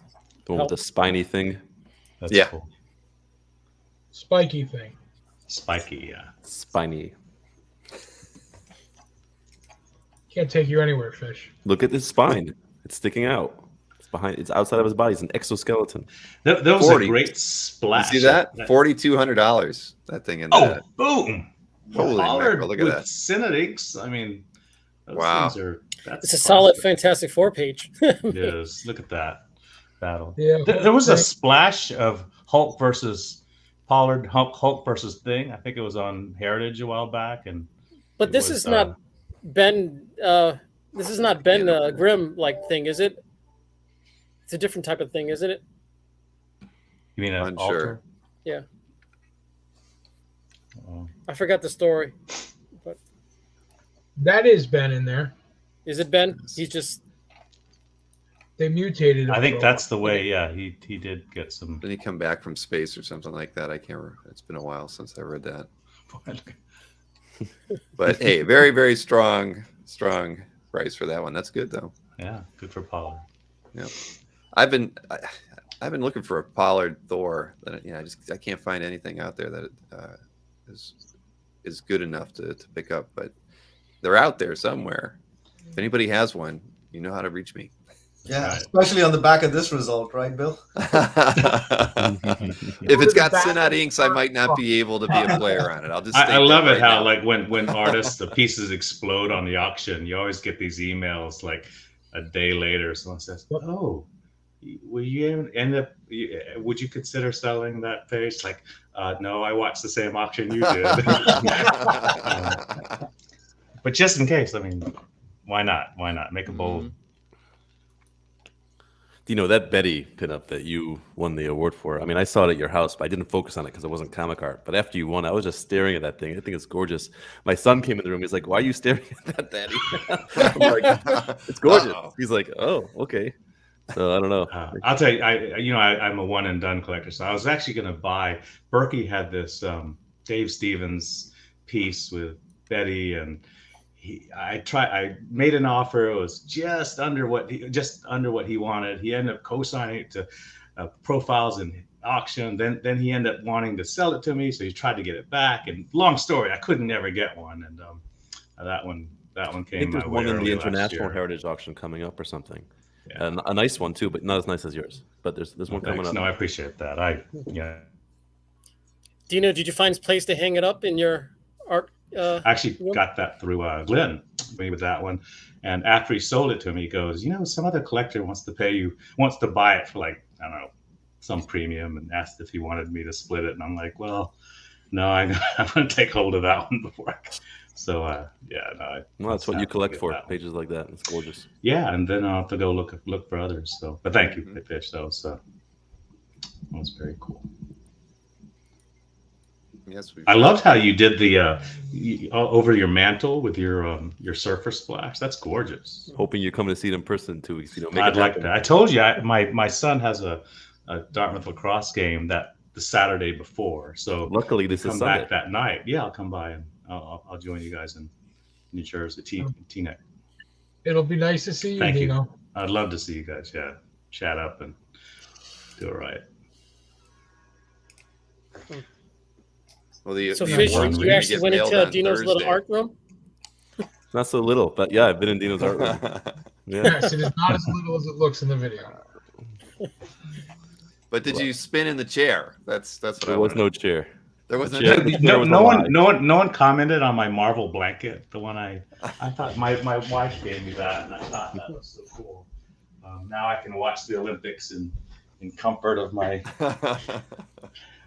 Marvel. You had it on right at the start of your acceptance. Yeah. I loved it. So yeah, my wife found this somewhere, and it's kind of cool. It has all the like 70s Marvel stuff that I like. So anyway. This Web of Spider-Man Alex Salviak page coming up is going cheap so far. 5 minutes left.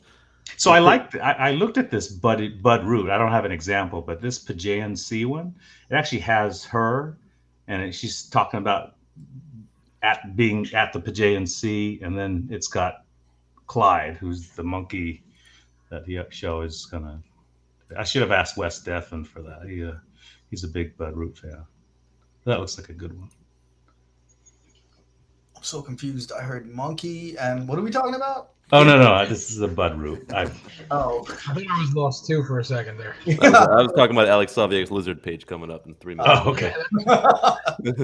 All right, That's a that good one. makes more sense. But when Dino talks, Yeah. you don't argue. You just nod your head. Sorry about that. No. No. His pages with Spider-Man have been going a lot higher, just like Bagley. I guess after McFarlane and Larson are out of reach, everyone's reaching for everything. Who do you else. go for?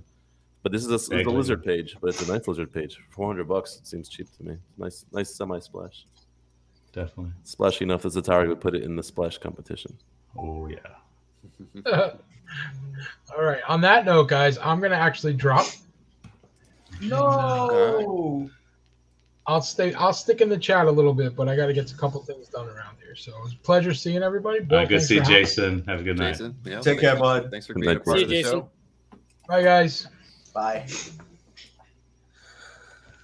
All right, so where are we at? We're on Luke Ross right now. That's a tryout splash. That's interesting. That's how he got the job. It's pretty. I mean, it's kind of like a commission. Yeah. And completely different from his style today. Yeah. Yeah. Completely different. That's Steve Rude. I mean, wow. It's been that high for a couple days. Nice one, Shannon. What's it at right now? 2000. Yeah. It's gonna pop. Huh. Yeah, Jason is probably warming up to make some bids. Exactly. You know, when Bob and Jason drop, they're on there going, okay, I got to get my.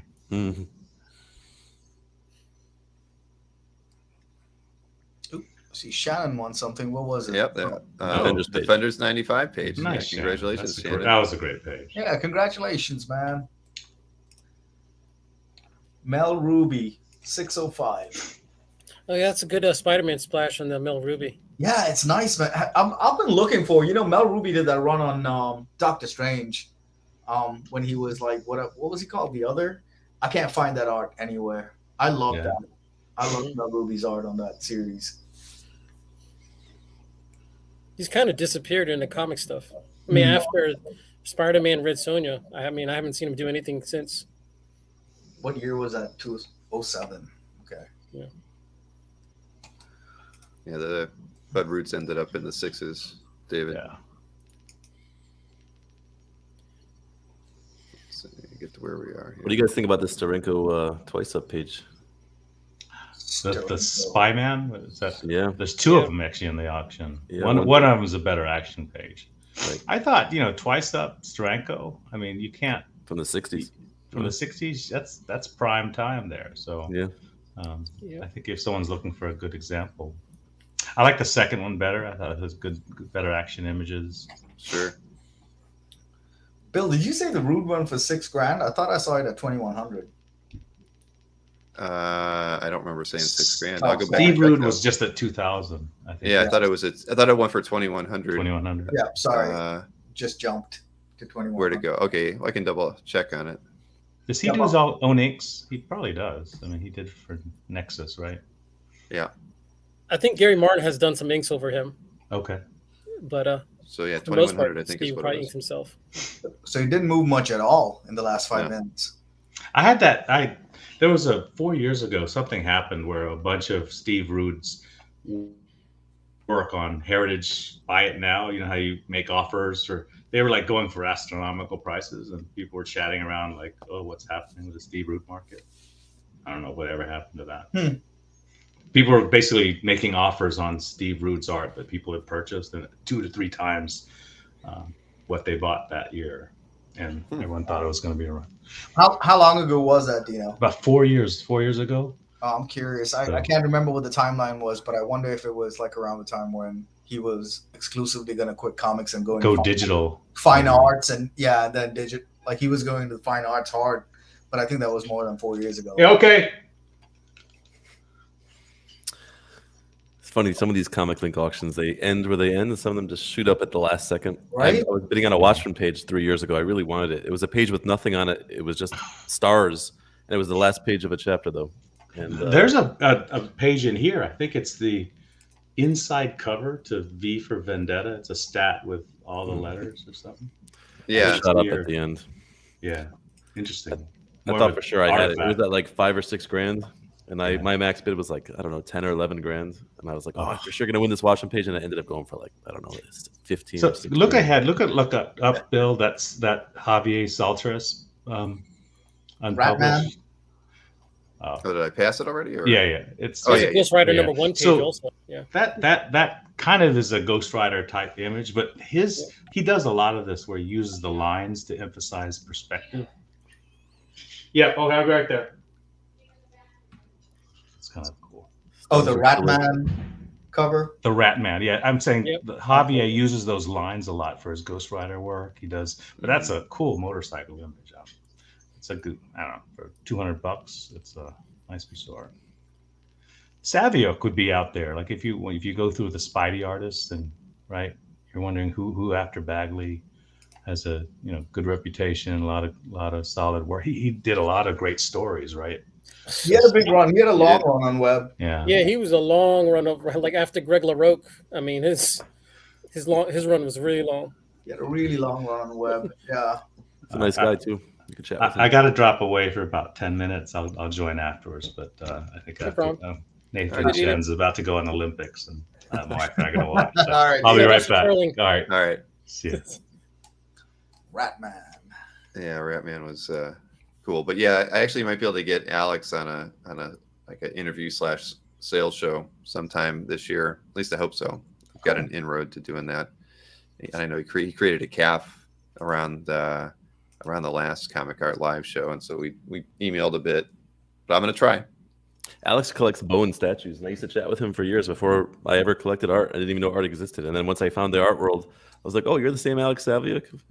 Yeah, he's just in the Bowen chat groups. You didn't know him from the web book from web no. art? I should have, but no. I believe he started in DC. He did like a couple of issues here and there in DC, and then went to Marvel full time. Yeah, I guess he always made his deadline, and people always liked his work, so he had a long run on that Web of Spider-Man. I remember his Spidey armor. I love the Spidey armor. The Spidey armor with the green foil cover. Oh yeah. Yeah. I can't believe this Bart Sears Sabretooth page went for like $148. Well, it's Was that from the miniseries? Yeah. Yeah. Oh, so Tex didn't do the whole miniseries. Okay. Oh no, this is a different miniseries. I want to say. Okay. Yeah. I know there's not a lot there, but there's that big old panel at the bottom there with that forced perspective. 148. Interesting. I guess you can still find cheap art. It's out there. Mm-hmm. You're willing to work for it. Yeah, it's a good page for $148. Right. What else we got? Bounce Megas. Oh, I didn't even know there was a Marie Severin in this. Oh, No, I should have looked through this earlier. Well, it's still 17 seconds 247. left. Patsy Walker.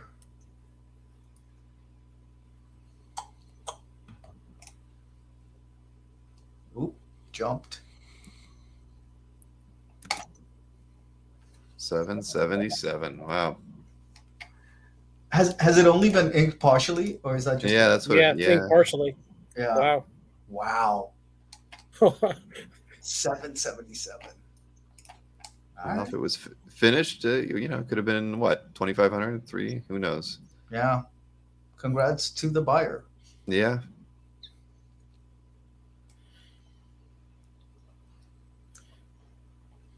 So we got some Kevin Sharp coming up. So is anybody going after the Steranko stuff? It's a rare opportunity. Fish is. He's just not telling us. I am not.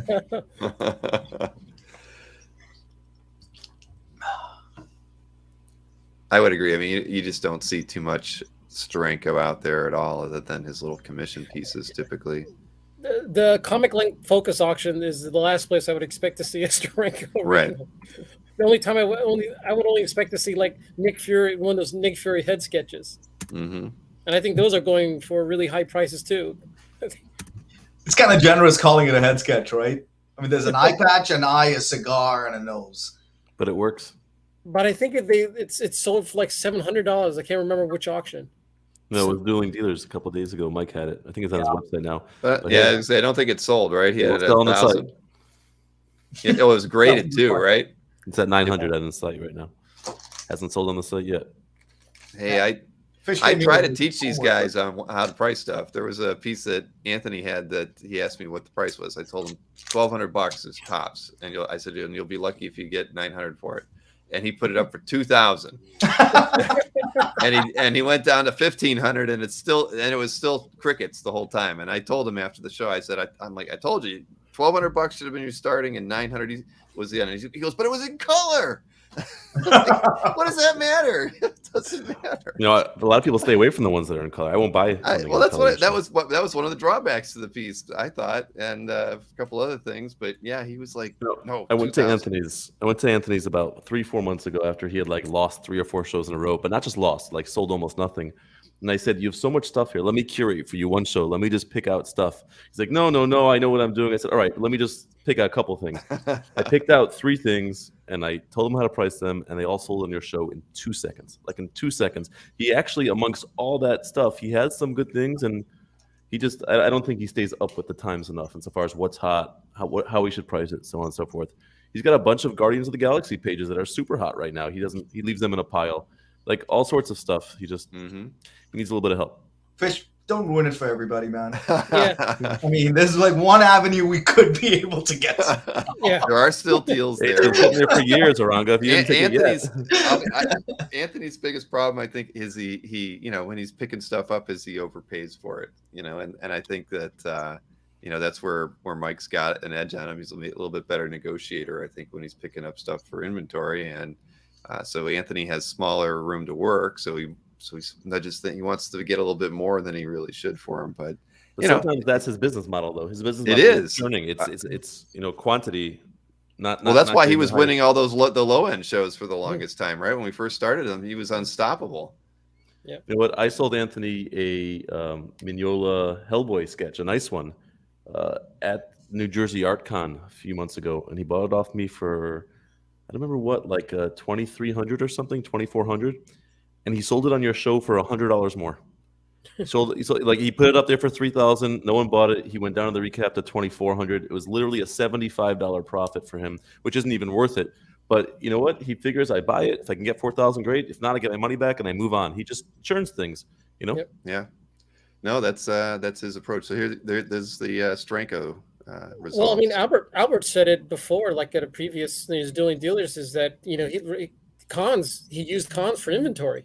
So and Anthony definitely used cons for inventory. He'd go to all the tables and make bulk purchases. So that's where his inventory was coming from. So he has to change his tactics, and now he's trying to buy it online. Yeah, I mean that is, but I will, honestly, I watch Mike's sales because when he tells you he's going to get the price on a site that doesn't sell on Dueling Dealers, he's usually right.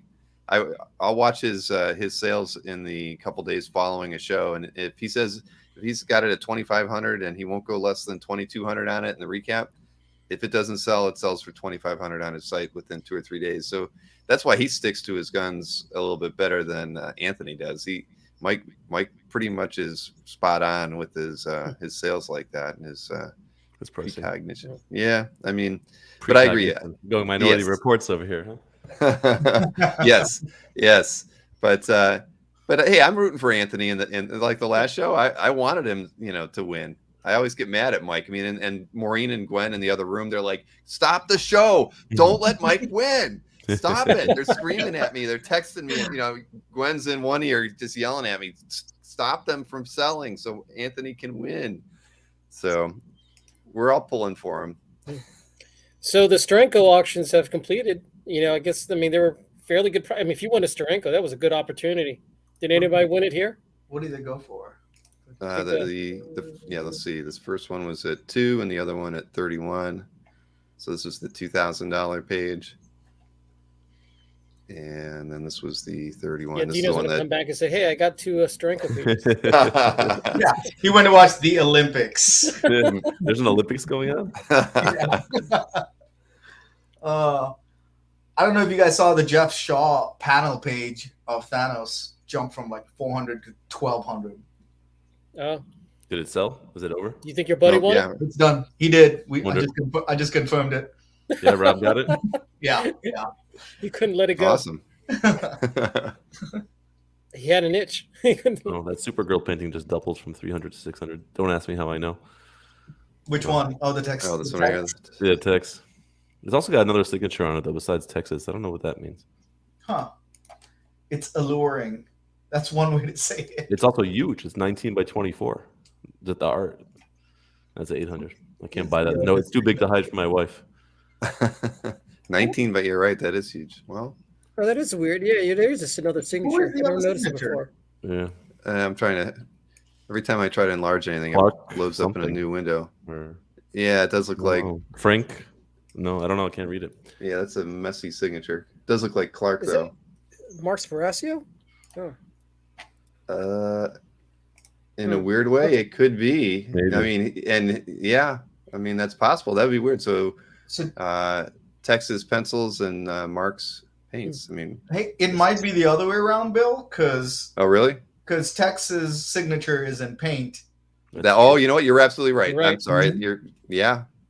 Interesting. Takes an artist. Yes, Apparently, exactly. Supergirl doesn't wear underwear. Oh, so. Well, Larry, it's after 10, so you're safe. 9 minutes in the clear. All right. $800. Not a bad price for a text. Not And for even that it's much a large art. size too. Well, look at the Wolverine Almost text pillow page. size. $3,800 on that one. There's quite a few people in the chat that said they tried to bid on it. And they Try to bid on what? On the Supergirl? on the Supergirl. And I was thinking about it at 300. I was like, yeah.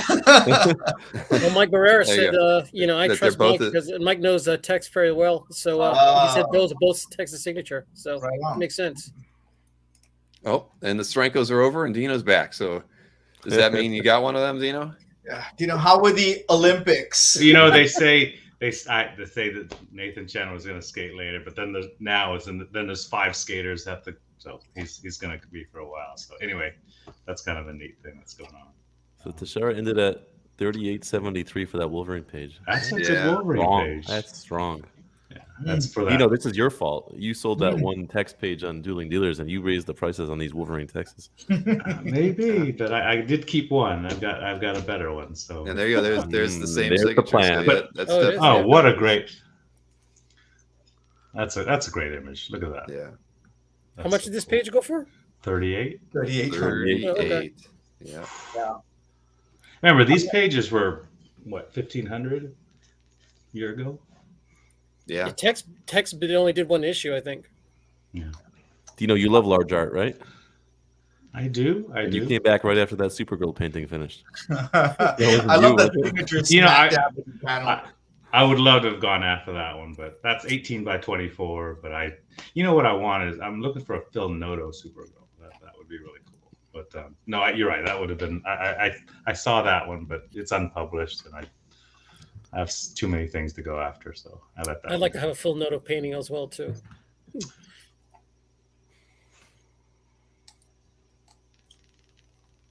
Oh, hey guys! Before I forget, I gotta bring this up. If anyone from my insurance company is watching, I actually did change the batteries. You didn't just take the battery out. We did. Here's George Tuska. Nice year for hire.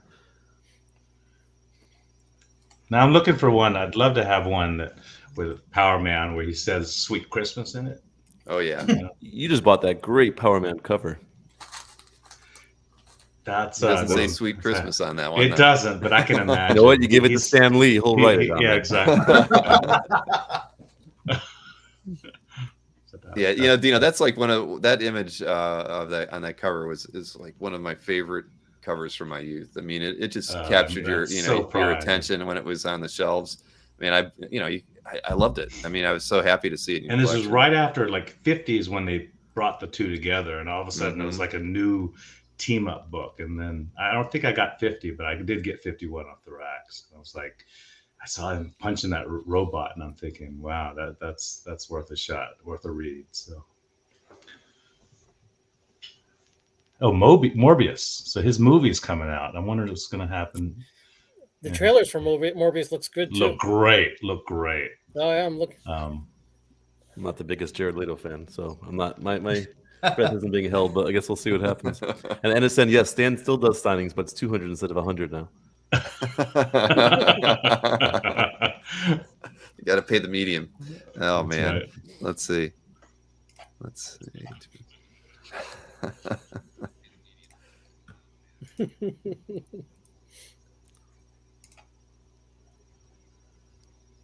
So I have a very small pile of art over at Berkey's that I'm working on, and I've got a very nice Tuska Iron Man page in it. So, and I never thought I'd find it. Tuska was never one of my favorites, but this one page just really got me. Tuska Esposito Iron Man. Nice. Page. Yeah, nice. I hope to. Was it like an early Iron Man, like before like issue 30 or? No. After, well, it's after, but it's a good page. So Dan Drummond, who came over to the house when Fish came over and Jace came over, nice guy. He wanted this. Had a Tuska Iron Man 79 page. He just posted it on CAF, but that's a 3-panel page. Anyway, I let that go at cost for him. I thought he really loved it, and I couldn't ask for a better owner for that. So he isn't his CAF all like Iron Man? No, he's actually quite diverse. He doesn't post much at all, which is trying to get him to post more. But that's a good example of a Tuska Iron Man, which that's pretty good. He'll like that.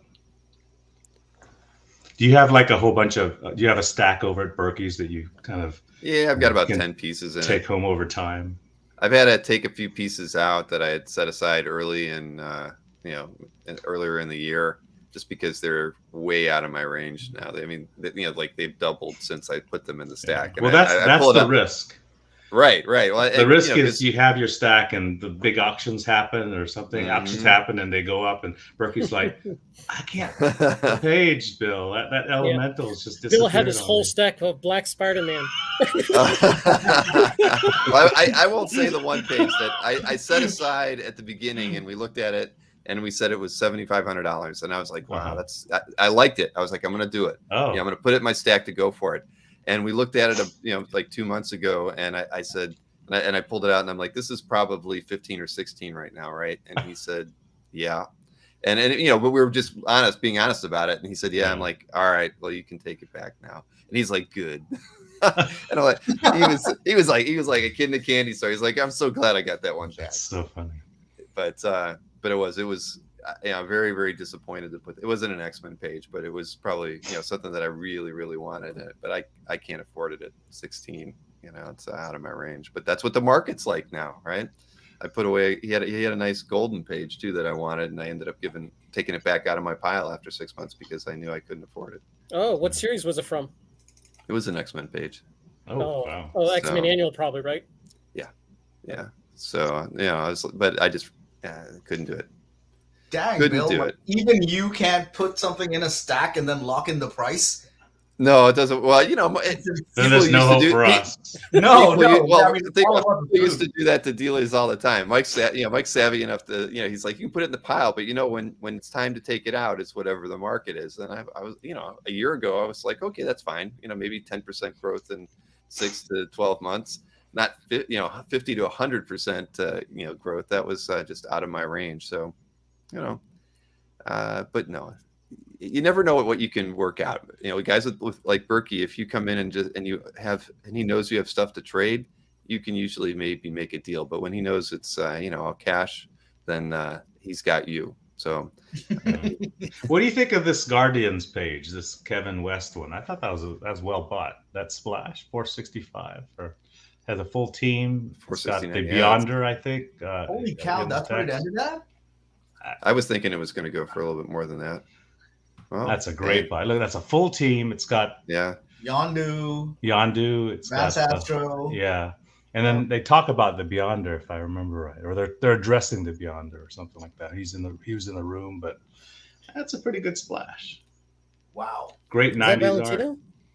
Kevin West. Kevin West. That's why I went less. That's right. But that 93, 94 period is jumping like crazy now. So look at that. That's a great picture. Great image. The Lee Weeks page went for 727. Oh, Captain Marvel. A lot of good space shots. It looks like someone in the audience picked up the Scott Williams Wolverine. Congrats. Went for $285. Oh, who was that? Oh, good stuff.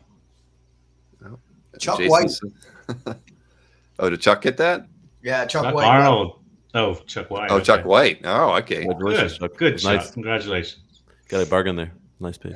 Did he get it for $285? All right, Thank you. under market. And I mean, that's a good question, Chuck. Is heritage market value? You know, it's well, for select artwork, it is. I would say maybe not all, but you know, I would say you can. That has to be the measuring stick. Plus, ComicLink's featured auctions too. You can't discredit or act like they're outliers anymore, especially after seeing the way a lot of these prices have been the last 18 months. Yep, I can guarantee you, you give Scott Williams $300, he's not going to draw this. No, Not that nice. Yeah. No, he's gonna be like, take a hike, buddy. I worked on X-Men #1. Oh man, let's see. I know we missed a few other sales here. So there's a Ron Adrian claws out Wolverine piece that I thought had Jason's name on it, but it's coming up in 2 minutes. Oh, so we're in the second section now. Jason's broke. Yeah. He might have a few, Right, few nickels to rub together after whatever he's just picked up. No, he did that to pay for another page. Oh. Yeah, but while all that's happening, he's trying to sell a page, and then someone's offering him a page in trade, and he's like, "Ooh, that's actually good." we all become trade. We all become masters of financing, right? And if worse comes to worse, it's like, okay, well, I'll eat ramen for 6 days, and I'll borrow this. And There will always be money coming in from somewhere. There's always money in the banana stand. Mm-hmm. Yep. Wait, so a Saviuk web of a Spider-Man 111 went for $750. Did that even have Spider-Man on that page? No, it was Lizard, but it was a just nice Lizard half and went for splash. $750. Wow. Yeah.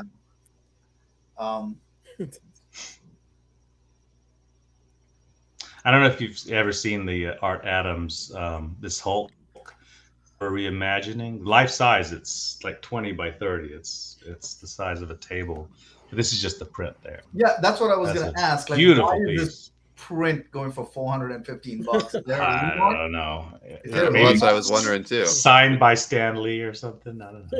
It's not even signed by Stan Lee. Well, that's why it's going for more.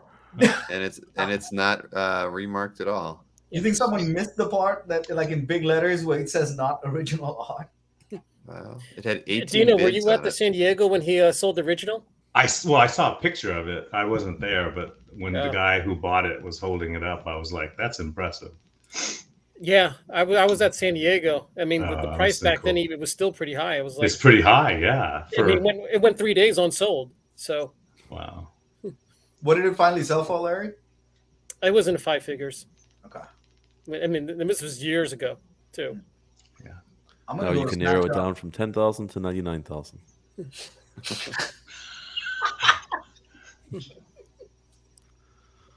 Somewhere between.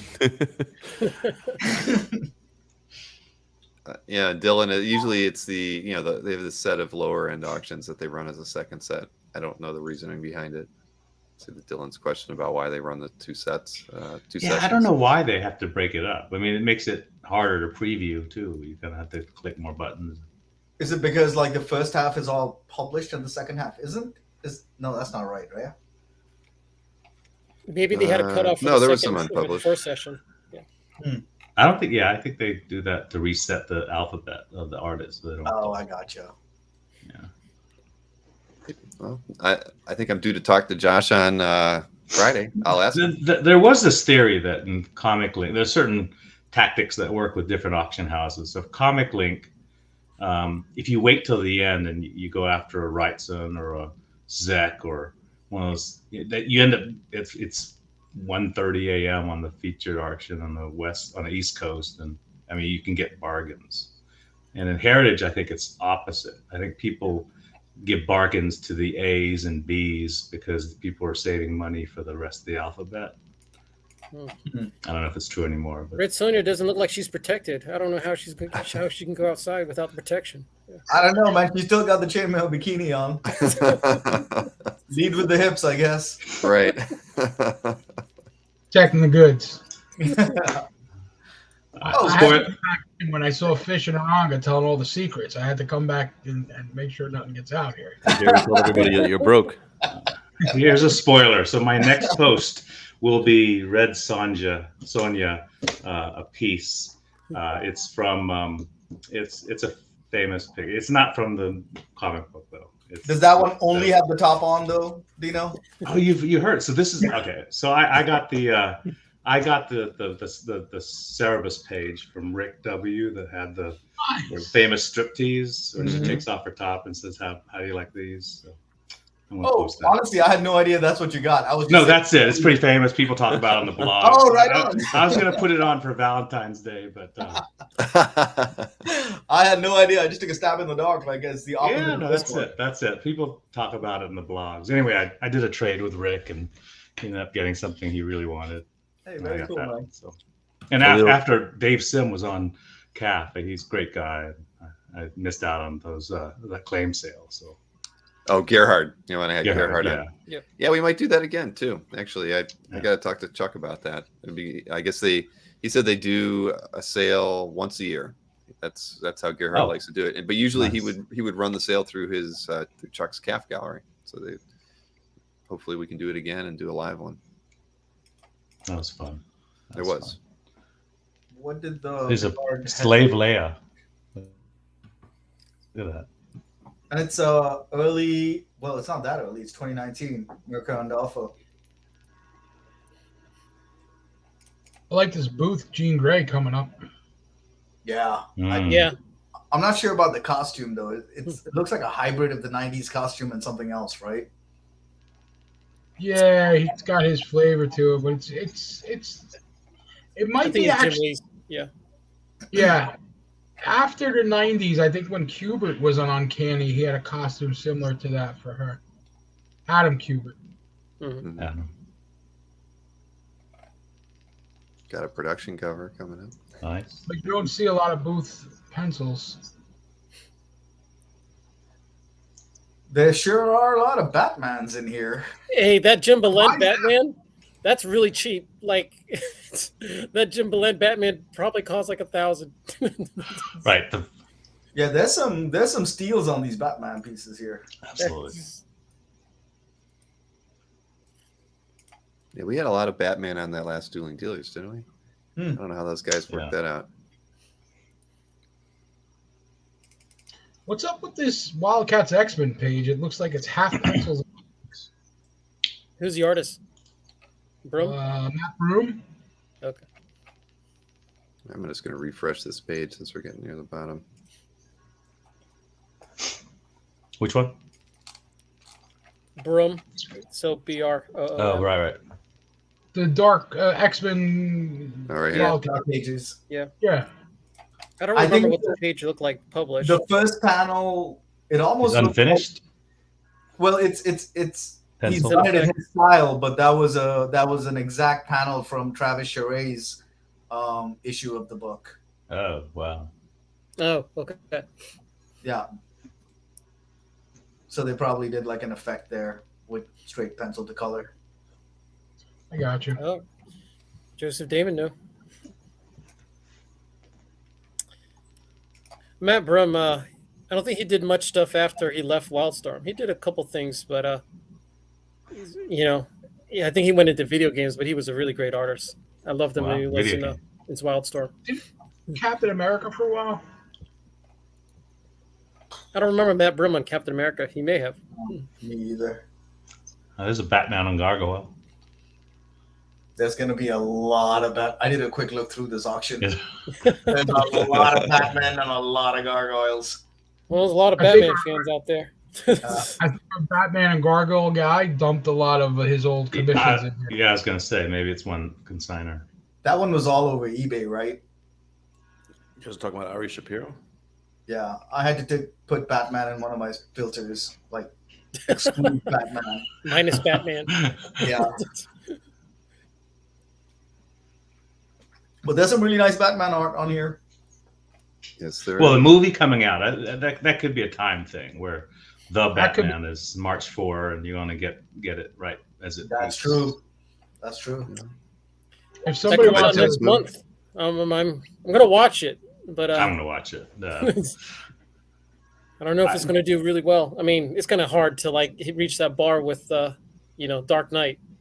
Yeah, but I always worry when I watch these Batman films. Like 3/4 of the movie happens at night, so everything's dark, obviously, but it's harder to follow, right? It's If somebody wants a cheap Travis Charisse, there's I don't know who the character is, but it's very low.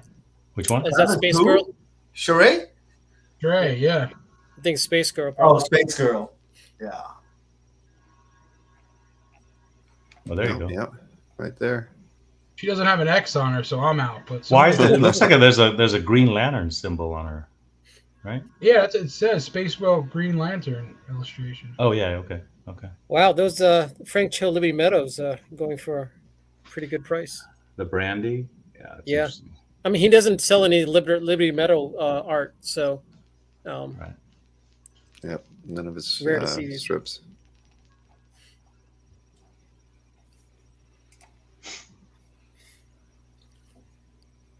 What was the Frank Cho at 900 with 10 minutes left?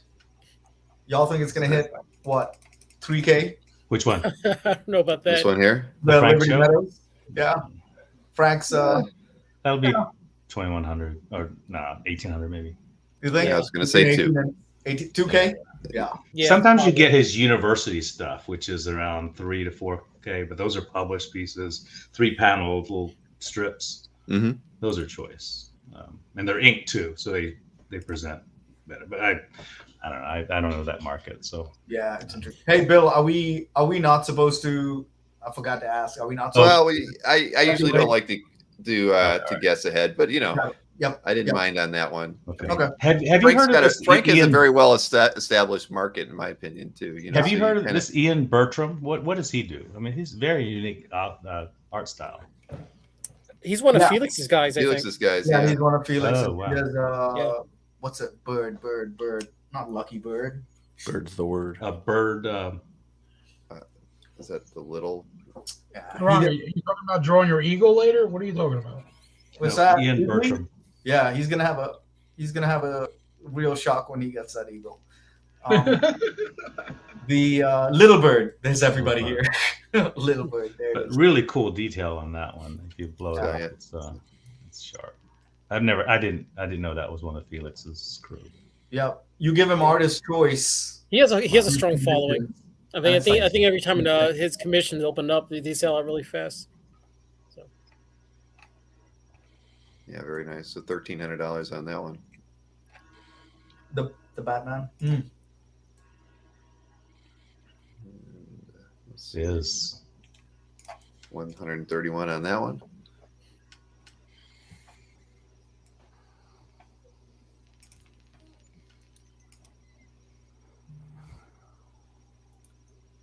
Bisley Batman for 130. There's some romance production covers. They're all production though. Yeah, I was gonna say if Anthony was around, but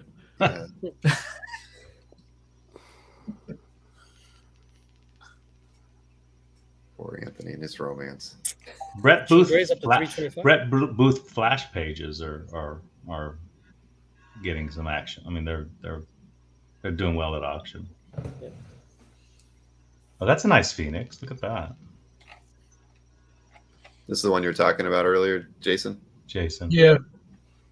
That's a great image.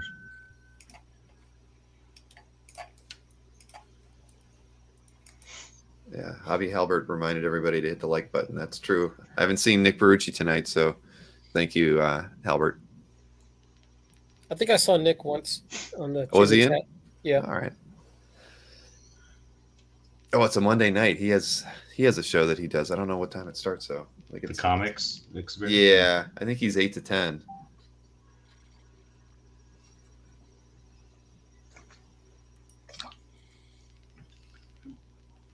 He can't be everywhere at all times.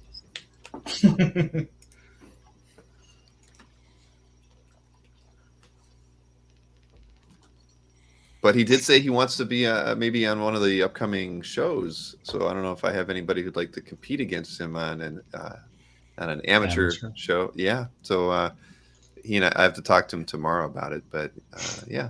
So Who's that? Here he is in the comments right Nick. Hey, Nick. There you go. Nick.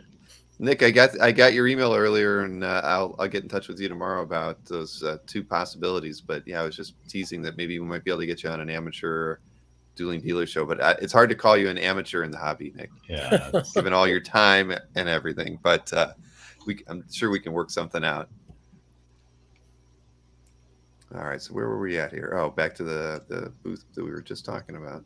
Yeah. What did that end at? 425. I had major FOMO a second ago, and I loaded that up and I put in a bid. I actually put in a high bid of 550, and I was like, man, I'm not gonna pay 550 for a 9x12. Only 9x12. That's why I stayed out of it too. Yeah. Yeah, but 425. That's a good deal. That's a really nice image. It is. Yes. Great. Yeah.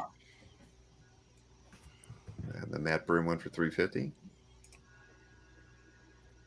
Man, also good. There aren't Larry or Jason. Have you seen a lot of pages from the X-Men Wildcats books floating around?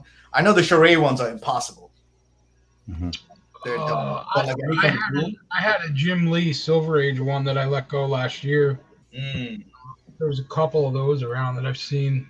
There was a Jim Lee Wildcats X-Men splash in the last Heritage. That was one of his early ones. It was a promo piece. Oh, really? It was great. I mean, it was all full team and everything. Yeah. I knew once that hit, I think it hit 8,000, like right when it's first started. So I knew that was going to be out. Yeah, I don't think I've ever seen any of like the Adam Hughes pages. Nope. From X-Men Wildcats. Nope. And But from I'll the tell rest, you, I've man, probably maybe seen 5 pages max from any one of them. It's like one of the few Yeah. times, like when that stable, when Wildstone put out that stuff, Yeah. Charade stuff, like Blue Jim stuff out of the water. I mean, Well, there was a lot of weird inkers annihilated it. on the Lee stuff in that book. I said Sal Regla did inking in that, so it muddied it up a little bit. Yeah, but it's beyond that, man. I mean, Charade was firing on all cylinders and then some. He borrowed someone else's cylinders and he was firing on those too. But you hear the tales, the image where they were just so busy that they would just throw pages around the table and they get Todd McFarlane, Nick that one, and they'd have Liefeld do this one. No, but when Charade was working on the stuff, I mean, the other artists were looking in his trash bin because Charade would actually throw really good pages that just wasn't to his standard though.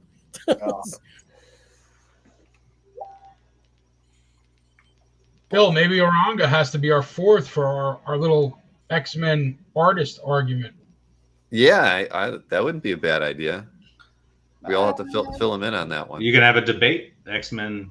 Yeah, we're going to. These guys, Bill, just to let you know, they're lining up. Like, they're lining you up for the slaughter because of the Jim Lee. I knew I was opening myself up right now. I've been listening to the chatter. It's not going to be pretty. I get it, and it's deserved. Not top ways. 5, right, Bill? Right, Jim was not in my top 5, but Jim was doing the X-Men when I wasn't collecting it as much. Right. I mean, I think I just nostalgia got out. means a lot. Yeah, it's true. I mean, I graduated high school in '86 and college in '91. I mean, when did Jim start on X-Men? I mean, was it like 87, 87 or 88? 88, I think. Yeah. Yeah. Bill, you don't have to explain anything to these people. You tell them to take a long walk off a short pier. That's what you It's okay not to be in top 5, maybe top 10, but I'm sure you can 10. argue. I mean, there's plenty of X-Men. Hey, we're starting. Wait, we got to hold it for the real the show, good stuff guys. for the show, Larry. Yeah, yeah. But that's honestly where it's at. I stopped collecting comics when I was in college. I couldn't afford it, and I started collecting comics literally right after I got married, and that was 96, 97. So I missed this, like, really. I missed it. I missed it all, really. And so that's why Jim's not in my top 5. But Frank Quietly is. I love Frank Quietly. I really started reading again at that time. Right. Yeah, exactly. right. That is exactly when I picked it up, and that's true. That Grant Morrison run was really good, though. it was really good, but I mean, you could argue that Quietly didn't do enough work on it. So we're okay. We're stopping right there. Hold it. We're gonna save it for a special show. Jason, what number is Jim Lee for you? Number 1? No, he's not number 1. But I'd have to think about it. PMS. Save it for the show. I want to start this. That'll be a fun debate. I want all the bullets out of the gun right here. So everyone starts out listing their top 5. It's gonna be tough to keep it under 2 hours. Yeah. And is we might need to moderate. And is the whole run of the X-Men, or is it just one, like page for page, who's their favorite artist? Like if you look at the whole run, you could argue that some may be more important, right? Sure. Can't I look at X-Men artists by doing at least 3 consecutive issues in the main title before it.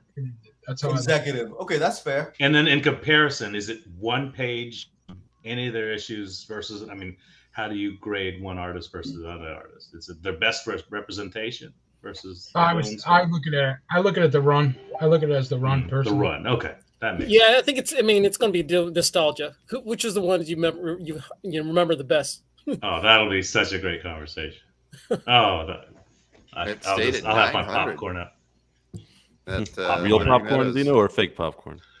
Hey, I felt if I had to put real popcorn in there, I'd have it in my teeth when I presented. So, Fisher's like fraud, fake popcorn. Marcus is the best. He actually was on to what I'm doing. No Art Adams. That eliminates Art Adams from the. Okay. Wow, that Frank Cho Brandy didn't move at all. And I mean, it's pencils. It's. Well, but still, I would have thought I would have done a little bit better than that. Oh well, you can't be right half the time. Not even that. And yes, a good price on the Michael Cho piece, like Mikhail mentioned. Yeah. Oh yeah, 296. I had a Daredevil Cho a long time ago. I really loved it. Let that one go, but great artist. I kind of want to know. What Mikhail's talking about here, and I also don't want to know what he's talking about. Yeah, I wasn't going to highlight that. I wasn't sure how to take it. Oh, Oh. Oh. Yeah. Let's see. We got another Dreadstar image here. What do we got coming up? That Black Cat, the Black Cat by Dodson coming up is pretty low. It's a nice image. Yeah, and it's really hard to get a commission from Todd. Well, the lottery to get a commission from Dodson. Well, that's nice. 275. And Black Cat is probably one of his most popular requests. That sucker is not going to stay there. Yeah. That's what we've thought. I was talking to somebody about this second part. There's some gems in here, and there's not as many eyes on it. So that's true. You can be pretty good over here if you have the stamina to sit through it, because now you're talking about 4 hours. And you got to wade through all the Batmans on gargoyles.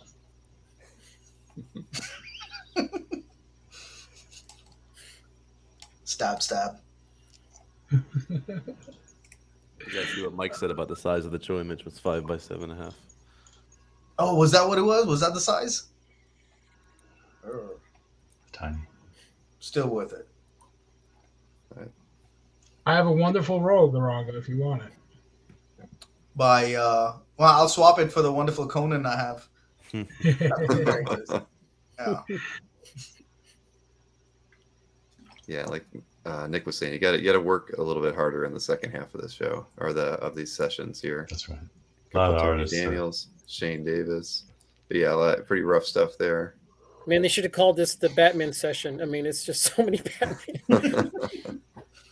He's even eating Superman's lunch a little bit further down.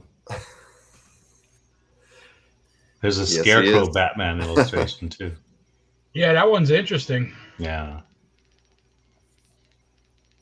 Let's see what the Moon Delgado ends up. 315. Delgado.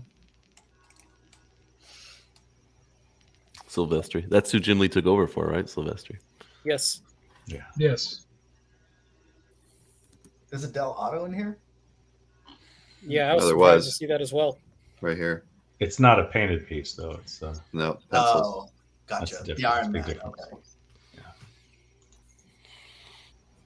So what do we got? Diodato.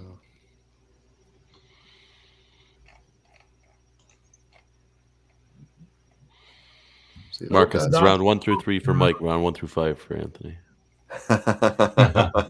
Yes, indeed. Yeah, you got that right, Marcus. And you're right too, Fish. Yes, true. Yeah, the Wednesday show is going to be, it's all 1,000 and under, so I've got the art sitting right here. I could do a preview of it tonight. Mike wouldn't like that though, since he doesn't like doing previews, does he? But since he's in Florida, why don't we take a look, right? Yes. Oh, nice, aren't they? Yes, rebel. I mean, Make even Bill Anthony the doesn't really show off what he's bringing, but he likes to talk about it. Let's see. Bill, why don't you set the prices right now too? Yeah, that is not allowed. I can tell you that. Put little post-it notes on it. Yeah, put those little stickers like Anthony does. Bingham image there. Oh, Jerry Bingham. Yep. Yeah. My favorite X-Men artist. Yeah, and I lost out on my favorite Bingham piece. What happened to it, Fish? Thank you, Dino. Enjoy your Power Man. Yeah. He's holding it for me. Thank you, but I still miss it. Dodson jump to 550. Oh, it's got 12 seconds left. 700. There you go. Boom. It's a Savage sort of Conan page. It's not Buscema though. Let's see. Chuck, if it is a Felipe Massafara, it's his last one, and he sold all the rest. He sold all the rest right away. They sold in a second. Tony Daniel Joker. Yep. Oh, nice. That'll be in the show on Wednesday. So the Dodson ended up at 7. Wow. Yeah. How do I make Bill the center image? Gonzalo Mayo right there. Hey, Don Perlin Defenders page, actually. Oh, Leary. You know, there's a Gonzalo Mayo in this auction. Right there it's still coming up. It's 2,000 now, right? Oh, is there a Mayo in there? Yeah. Coming up. I was Vampirella one. Yeah, Vampirella, 2,900. Another Ron Well, Wilson. just like when the cat's away, the mice will be. Why not, right? Hey, I got that's one of the handicaps of dueling dealers, and I guess one of the better parts of it. You don't know what's going to be in the show, right? But here's an Alcala Batman. Oh wow! Wow, that's actually pretty decent. That's 1,000 and under, you said, right? Yep, everything's 1,000 under. There's a Giordano page. I got some Superman, Plastic Man, Black Lightning on it. That's from. It's a DC show. What I'm seeing. Celebrate the Century Stamp album page. Yeah, it is like, what is up with these guys in the DC art? Anthony's so mad you're giving us preview when he finds out, Bill. There's an Eric Meter Spider-Man illustration. Doesn't look like it's published, but commission. Nice size. Oh, wow. Looks a little bigger than 11 by 17. An Avengers Christmas pinup by Bong Dazzo. I don't know. The Avengers in a Christmas tree sort of shape with a cap shield at the top. Is that inked or is that just pencils? That is. Boy, that's light. It is. Yeah, it's penciled. Yeah. Pretty. Yeah, I mean, at first it looked ink when it was further away, but yeah, good eye, Dino. Dang. Hey, maybe I shouldn't even show this. It's a Guardians of the Galaxy Kevin West page. Ooh. From issue 39. 39. Is that the Ghost Rider issue? We got to tell Rob. I don't see any Ghost Rider on it. I'll give you a quick. That's the ghost part. All right, but this is more than Astro. No Ghost Rider, but yeah. That's a weird looking one. I'm not gonna show that now. I'll have to show that during the show. What do we got here? Lee Garbutt, Batgirl page. This is 2/3 of a DC splash. heavy. Yeah, what's up with that? Because it's under 1,000. Yeah. Oh, the Marvel Premium. Zingers. Oh, that's right, because it's under 1,000. Here's a page by Terry Schumacher from Juggernaut #1, and Whoa. it's a splash page. Oh. It's a splash page. Ooh. Look at Bill, that. send me a picture. I want after. I can't see. It's right there. All art. Scott Hanna inks, it looks like. There you go. Jason. What else we got here? This Jason, I thought you were broke. I'm always broke. Oh, it's a bat. Broke is a Batman. relative. More DC, Jim Mooney, Bob McLeod. In color. An Adam Hughes and Allison Sohn color piece. Right. And Tim Sale, I'm assuming it's not signed, but it's got to be. Right? Huh. I have to go back and look at the list. Why is that not signed? That was weird. Tim Sale, who? Well, for goodness sakes. There you go. You got it. Half of it's penciled and half of it's It looks inked. like the Batman Who Laughs. I can't tell. Is that Harley? It's Harley and right Oh, over that's here. I think that's a prelim. Yeah, it's not. He doesn't have anything. It's not even signed. That's just weird. Let me see if it's on the back. Any notes? No. Yeah. Mike did send me the whole outline, so I mean, there's an outline somewhere for all that. We're not watching the stuff here. What am I missing? Anybody? Have I? Well, there's a Batman Finch. Gargoyle coming. 2 Finches coming up in 30 seconds. There's a Kiss Splash coming up in about 8 minutes, which is interesting. It's under $50. I kind of dug that Tommy Lee Edwards Court of Owls Batman. That was going cheap. Yeah, it was 11 by 17. Went to $335. Oh, good. I'm glad it went up. And then there's Bill, did you tell you when to say doozy, or do you get to ad lib that part? That's a good question. We'll see. I mean, I think he's going to be on, but he wants the art to be seen, and he didn't. Since he's in Florida, he didn't want to take the art down with him. So somehow I'm going to show the art while he's talking, or I don't know. We'll figure it out. Then I got an Alan Davis, Mark Farmer, Spider-Man official movie adaptation from when Peter actually gets bit by the spider. So right there, I don't know, it's hard to say. 2002, I guess. Mm-hmm. And what do we got here? A lot of these ComicLink lots aren't moving near the end, which means it's really late. People watching the Olympics, and they just put in their high bid, and whatever stands when it goes to the end. The first part of your statement was correct. It is really late. The second the Olympics, no one's watching the Olympics, All right. Yeah, I actually just won something by accident from a tracker bid from 2 weeks ago. Yeah, and there's no sniping going on. But you're right, Rongo. It's I'll tell you what, man. Like last couple of years, trying to wait for those Zek auctions, you got to stay up pretty late to get. Yeah, Zek and Wrightson always at the end. I got a page for I think under $100, a DC 1974 Wrightson page from House of Mystery or something. I'm like, no one was up by then. I was like surprised in the morning. Sorry, I'm trying to look through Berkey's notes so I can actually. Does he give you a stack and then he has to choose them over the weekend, or those are all going out live? It's hard to say. He does things. He does things differently all the time, but he doesn't really have any notes on that Tim Sale piece. He just says it's Joker and Harley pinup. That's all he's written. So under $1,000, and then what else we got here?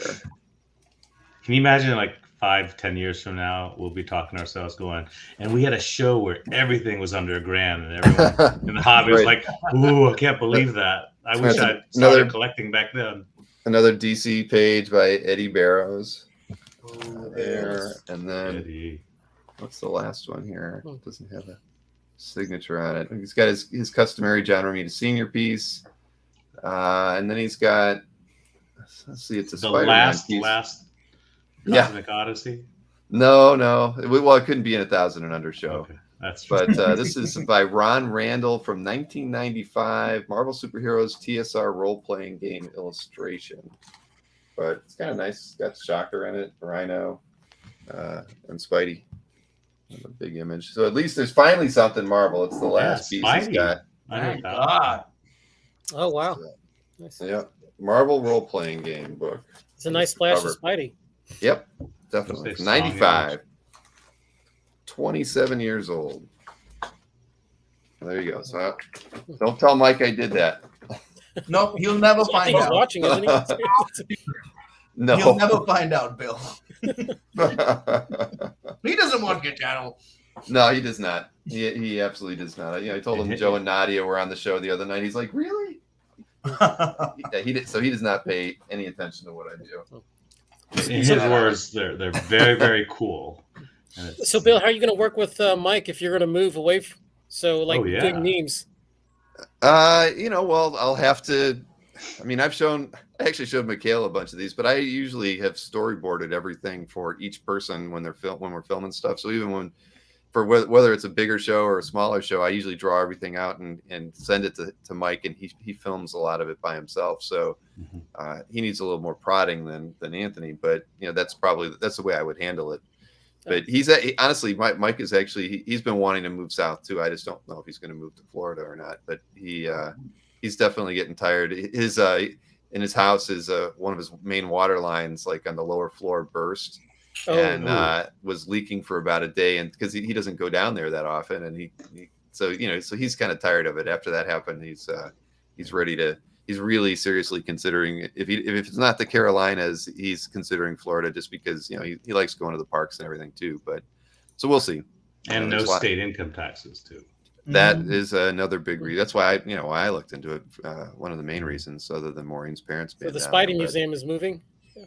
Yeah. Well, I don't know if it's moving. Mike's he's getting older too. And when we were talking today, it was a lot like but. Got to start thinking about downsizing a few things. It's harder though because he's got a lot of family in the area. His brothers. He does. There, yeah. He moves. Brother, sister. Well, two brothers. His sister and his father's still there, still kicking. He's Mr.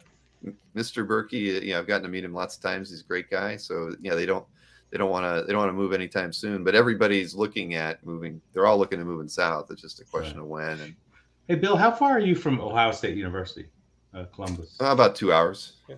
Okay. Yeah, I know it's stupid that I've never been to the Billy Ireland Museum. That's right down there. But I'm supposed to be going down that way in about a month. So I'm gonna try to make a trip to the museum just to check it out and see if I can't line up some kind of a get together in the summer. I'll actually be in Ohio State. I think early March. I was thinking of checking out that museum. That's where all the Watterson stuff, right? Exactly. All the Calvin and Hobbes, and also all the Bone, I think. Oh wow! Yeah, okay. Yeah. Well, I know that. Let me know when you're coming out because Ben. I will. Ben Saunders, the guy who set up. We had him on the show about a year ago. Yeah, doing the Marvel exhibit, right? Well, he's actually coming up. I don't know which weekend yet. He hasn't figured it out. He's going to be stopping at Berkey's like on a Friday night, and they're going to go through his X-Men art.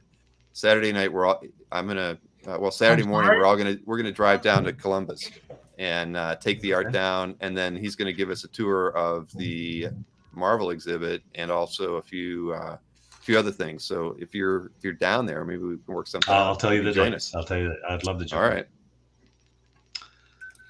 Let's see.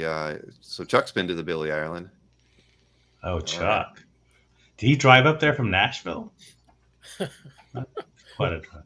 Probably not. That's real right. All right. Where are we at with the auctions? I haven't been paying attention. Sorry, everybody. Is it as yet?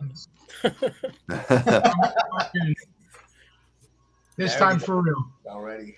There's this painting just coming on now. It's by Dejana Granoff. I wonder if that's related to Audie. It's Audie's sister. Sister, okay. What? $26?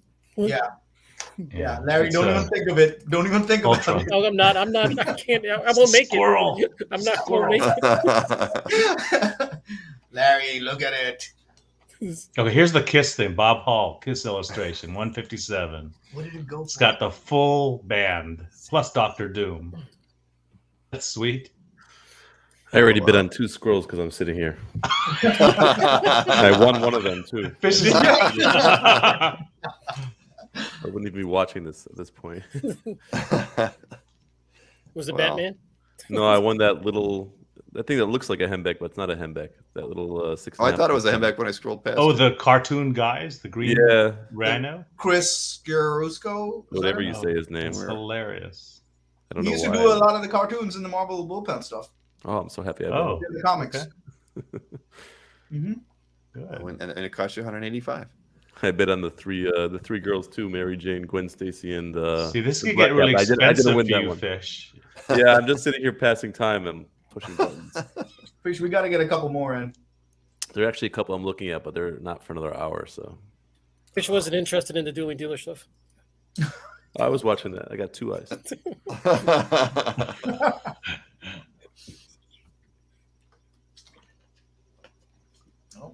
see what we got here.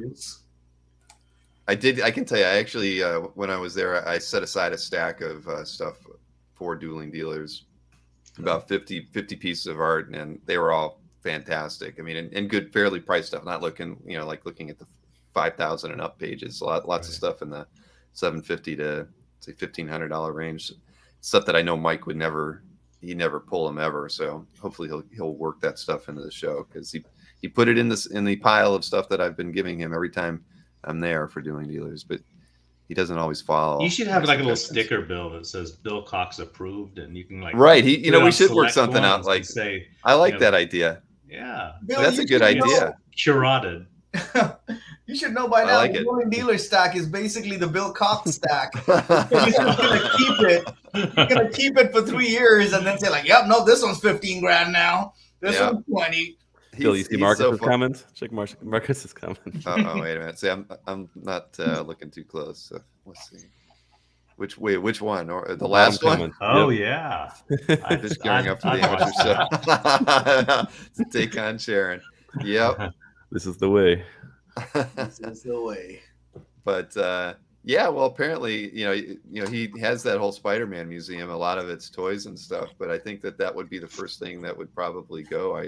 I guess he heard, that I guess Heritage is getting into toys now. They're going to have a toy auction day. Hey, I mean, I don't know when are they going to wedge that in, on Thursday or Friday, but I guess that's out there. I mean, who else would you go to? I guess Hakes would be another alternative, but he's got one of the biggest Spider-Man toy and ephemera collections that are out there. He has that museum in his house.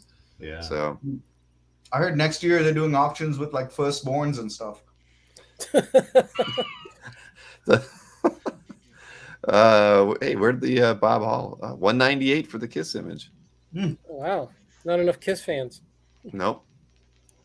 That's the first time those words have ever been uttered. Who do you think's buying all the Kiss merchandise? Oh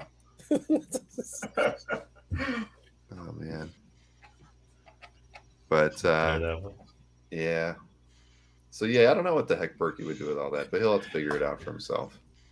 I won't be here to help him move this time. That's all I care about. Well, the problem is he's going to want to move it and then have it replicated in the same way. Like this big living room and stuff, and all the Christmas stuff, and all the. He was walking out. As we were walking out, he's like, I could sell all. Because he's got these like 4x6 paintings, cover recreations that are high near the ceiling, and he's like, I could just sell all those. I don't want to move all that. And I don't know. We'll see.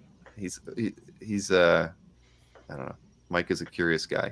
I don't know what he's going to do,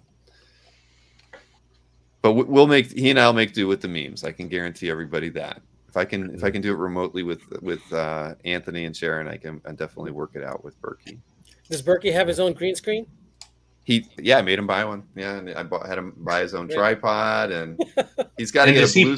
Does he process, or he just gives you the raw footage? He gives me all the raw footage. Yeah, he knows what he hasn't bought a blue screen yet. So whenever he's dressed up as the Hulk, it's really hard to drop him out because it's green on green, and I keep telling him that, and he still keeps filming in front of it. So I got to work with him on that. This is why Bill has the freedom to show Berkey's art if he wants to. Berkey knows what That's right.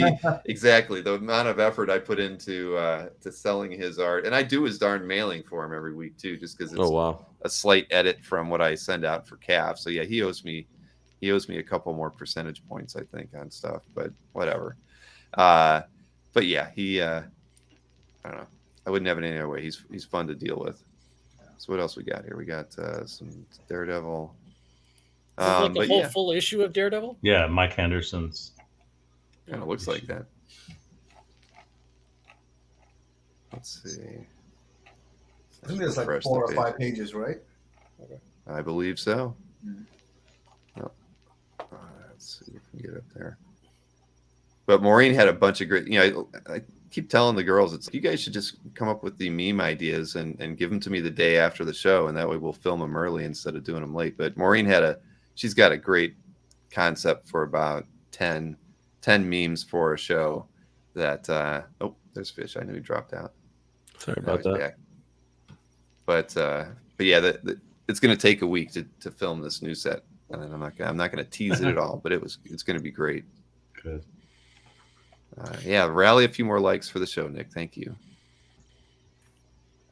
I was having an interesting conversation today with an old timer who thinks that the market's in for a big correction, and I was telling him that there's so many guys that I know, even everyone in this chat, who would love for things to come down a little bit. They would pounce on pieces. There's too many of us guarding against a correction. Like, sure, maybe the very, very high end pieces, Right. but the nice pieces we like, if they come down somewhat, we're all going to buy them. Oh yeah, it's gonna be like end of chat groups. No questions. Right. Bye guys. Yeah. So there's some serious protection. I can tell you, years. Me and Dino have been collecting a long time. Everybody's been saying there's been a correction for the last 15 years. It's a refrain. Yeah. Just Every keep year going. it's like. It's true. But Yeah. you think that could be just planted by folks who just know that you want people you as it gets frenzy, you want people to have some reason not to. Right, you're trying buy. to temper everybody's Yeah. excitement by saying it's a bubble because you're just trying to keep art in it. You're hoping that that it'll keep art at a lower price. It just doesn't work like that. I mean, one or two people trying to do that. And I just noticed, just to point out, I saw Tim Guerrero said that there was an update on George Perez's health. Oh, that, he's been hopefully good hospitalized. Yeah. No, it says he's been hospitalized because of an infection. I did not see that on wow. any posts. Well, let's hope that George pulls through that well and can get back out. That's no good. But yeah, I think personally that's why I think people talk about market corrections generally, just because they're hoping that they can convince all the other collectors that there's going to be one, so that they can keep getting the art at a fair price. It just doesn't work. So I've got a great story. I was putting some stuff back into my storage unit.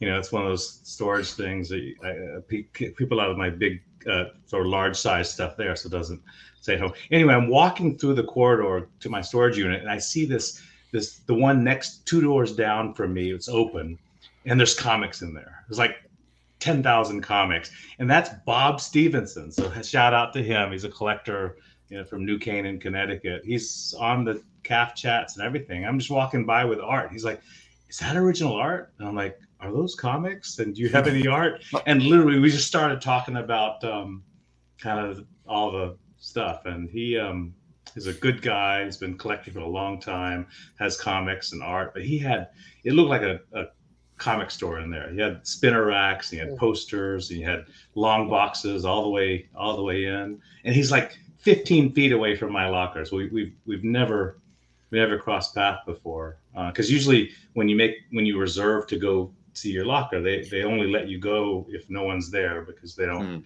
want you to kind of run into people or kind of get too crowded in the corridors. But chance occurrence, and now I got another collector to chat with. So good guy. That's cool. He puts on a table at all the galleries. Yeah, he does, and he's really good friends with Frank, or he's got to know Frank McLaughlin, the inker, whose family has what he says 400 pages of art, and he's hoping to get some of that into the New Jersey show. It's funny you mentioned Frank McLaughlin, right? When you mentioned, I'm looking at his reimaginings here. One's 150 and one's 1,010. It's funny that there's such a disparity. It's content, right? Yes, but Captain America and Falcon's pretty good content too. Oh yeah, that's Kelly Jones Hellboy. I was gonna say that's a nice value there. So someone's getting a deal for a Kelly Jones Hellboy. And Daniel, you never know. I mean, a lot of people are believe in the correction, and you just can't tell. We won't know until the end of the year where things are at. I was looking at. I did this last year, and I forgot to do it this year, which was doing like a market report comparing the do a year over year kind of comparison from 2020 to 2021. I don't know if I've got that tab open anymore, but it was kind of by artist or by run. Well, just by overall sales and looking at dealers versus versus auction houses. I actually have that have those screens floating around here. If I can get into them. Like here was auction market data, just from eBay and Heritage. So this was from 2020. Total sales 60,645 results, 49.5 million in sales. Average price 816, and then comparing it to 2021. I mean, it's almost ironic the number of sales, 61,000. So just 500 more sales results, but for this year, 54.5 million. So 5 million more in sales, and the average price went up by 10%. It went from 810 to 892 with the auction houses. So so there was an increase, and that's between eBay and Heritage. Price of art only went up 10% from last year to this year. Are you sure about that? Through auction houses, through auction houses. I know, trust me. I mean, hey, I think it's more like 80%. It feels like 80%. I agree. Well, I'm not. Hey, I can't argue with the numbers. They're there, right? This is, and it's being diluted, of course, a bit. If I was only looking at Heritage, which I could. I mean, we could. I mean, that's there. Let's just go ahead. How much? What's the change if you exclude a certain like $3.6 million? Well, that wouldn't be in here because that's in 2022. Right. This is 22. Yeah. So Heritage art sales in 2020 was right at 40 million, and I got a average price 21. See, I think the best way to do that would be what you want to do is you want to find the same artist, exact pieces. No, the exact pieces selling. 1 year, 2 year, 3 year down the line, and then that'll give you a good trend. So and that's a 20% increase right there, from 21 to 2,500 is 20%. Easy. Right. Yeah. So with Heritage, right, we kick eBay out with their lower end stuff, and eBay actually had a very good 2020, to be honest, because they that was the beginning of the pandemic, right? And a lot of collectors did turn to eBay to sell. This last year with eBay hasn't been as good, but so yeah, that's a good mark right there. 20% increase across all Heritage, because that includes the weekly and the signatures as well. And then with the dealers, year over year, this was in 2020. I know the sales results were different, but so total sales at 12.1 million, and in this last year at what we can say almost 16.1. So. That's a bigger, at least, jump in overall sales, and 33% increase, and that's with me not really. The only dealer I added to my network in 2021 was Catskill. So I mean, they're that as a rep, they're not going to have the same huge volume, but average prices, prices didn't change. They actually sold more, which is weird. 13,700 sales. Well, again, that's deceptive too, because I think you end up every year, you kind of figure what's the best thing I can buy for 1,000, 2,000, 5,000, 10,000, 20,000, etc. And so you're spending the same amount of money beginning of but the dealers are selling stuff that they had priced 5,000 last year. Now it's 10,000, right? Or 2 years ago, and then now it's 10,000. It looks like they're just selling what the market will clear at certain price points. So I'm trying to catch up with the chat, but so I think I will go back and try to put together a year over year report, since I did it last year. Yeah, I think so. And I'll even maybe look at some key artists too, and just kind of look at the pricing there too, and just try to gauge where things are at. But yes, it's a very strong market still, but eBay is definitely pulling down the auction results. Well, it'll be interesting what the sales will be like when the world turns normal and people travel more and spend money on, eating out. Other stuff. Yeah. Right. The travel stuff is really going to be the one that's huge, right? Like, there are things like I now look at vacations in terms of like freaking art. Like, how much art could I buy? Yeah, no, like I'm telling my wife, Disney. Baby, what about a Motel 6? And she's like, what? I'd never say that. I had the opposite thing. I just took my family to Disney, and the whole trip, everything all includes about $5,000, and usually I'm like, that's a lot of money. And now I'm like, what the hell can I buy for $5,000? I can't even get a crappy Jim Lee page for $5,000. So let's do it. Yeah. I like that.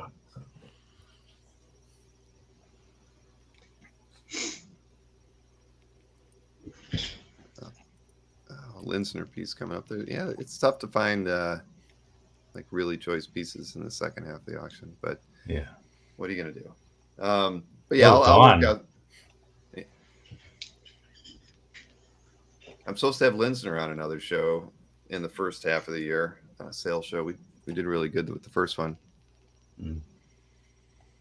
I bought that 1989 Dawn pinup that Mike had on Dueling Dealer. Oh yeah. And I was doing some research. The Dawn #1 premiered in December '89, so this was before the first appearance. It was drawn before the published first appearance in Dawn 1. So interesting. I'll hope to maybe, if you had him on a show, I can love to have his thoughts on the piece, whether it was a concept piece or he was just still trying to refine the character. Oh, yeah. But I'll tell you honestly, Dino, I'd love to. Yeah, if I'm, we're talking about April maybe, so maybe I can get your scan. I can even bring you on. If you want. Yeah, I mean, it's great to when you have an artist talk about stuff that they did a long time ago, and they can say, "Well, I didn't really know what her hair is going to look like, so or whatever." But interesting. I've been looking around trying to get some information on the piece, but couldn't find anything. But it definitely precedes her first appearance, which is interesting. Yeah, I agree. See, my earbuds are telling me their battery's drained. That's how I know I've been on for a while. I guess they have a 3-hour shelf life. That's about when I came on, was around 8:14. That's funny. This Cleo is a gorgeous drawing. This kind of scrolls by at 11 o'clock at night. They got to not do it. All right, guys, I'm heading out.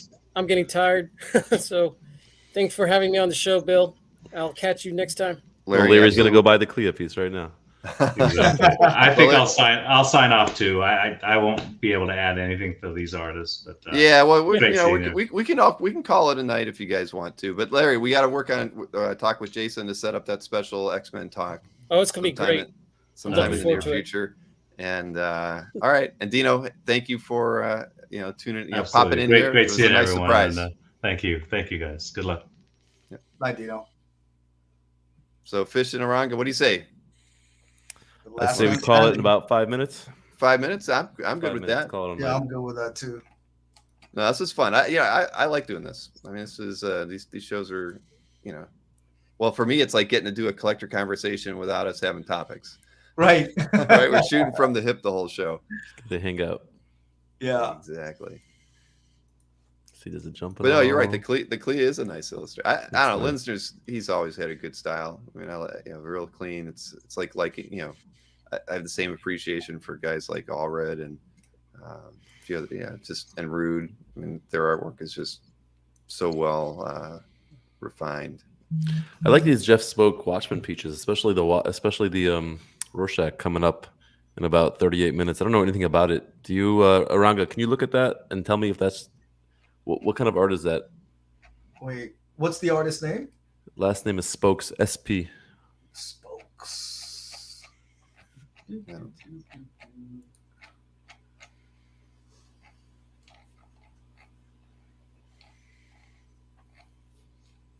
Holy cow. Doesn't sound familiar to me. Page 3. No, me neither, but they look like, I don't know if it's an Jeff ink wash Spokes, or... by any chance? Yeah, it's Jeff Spokes.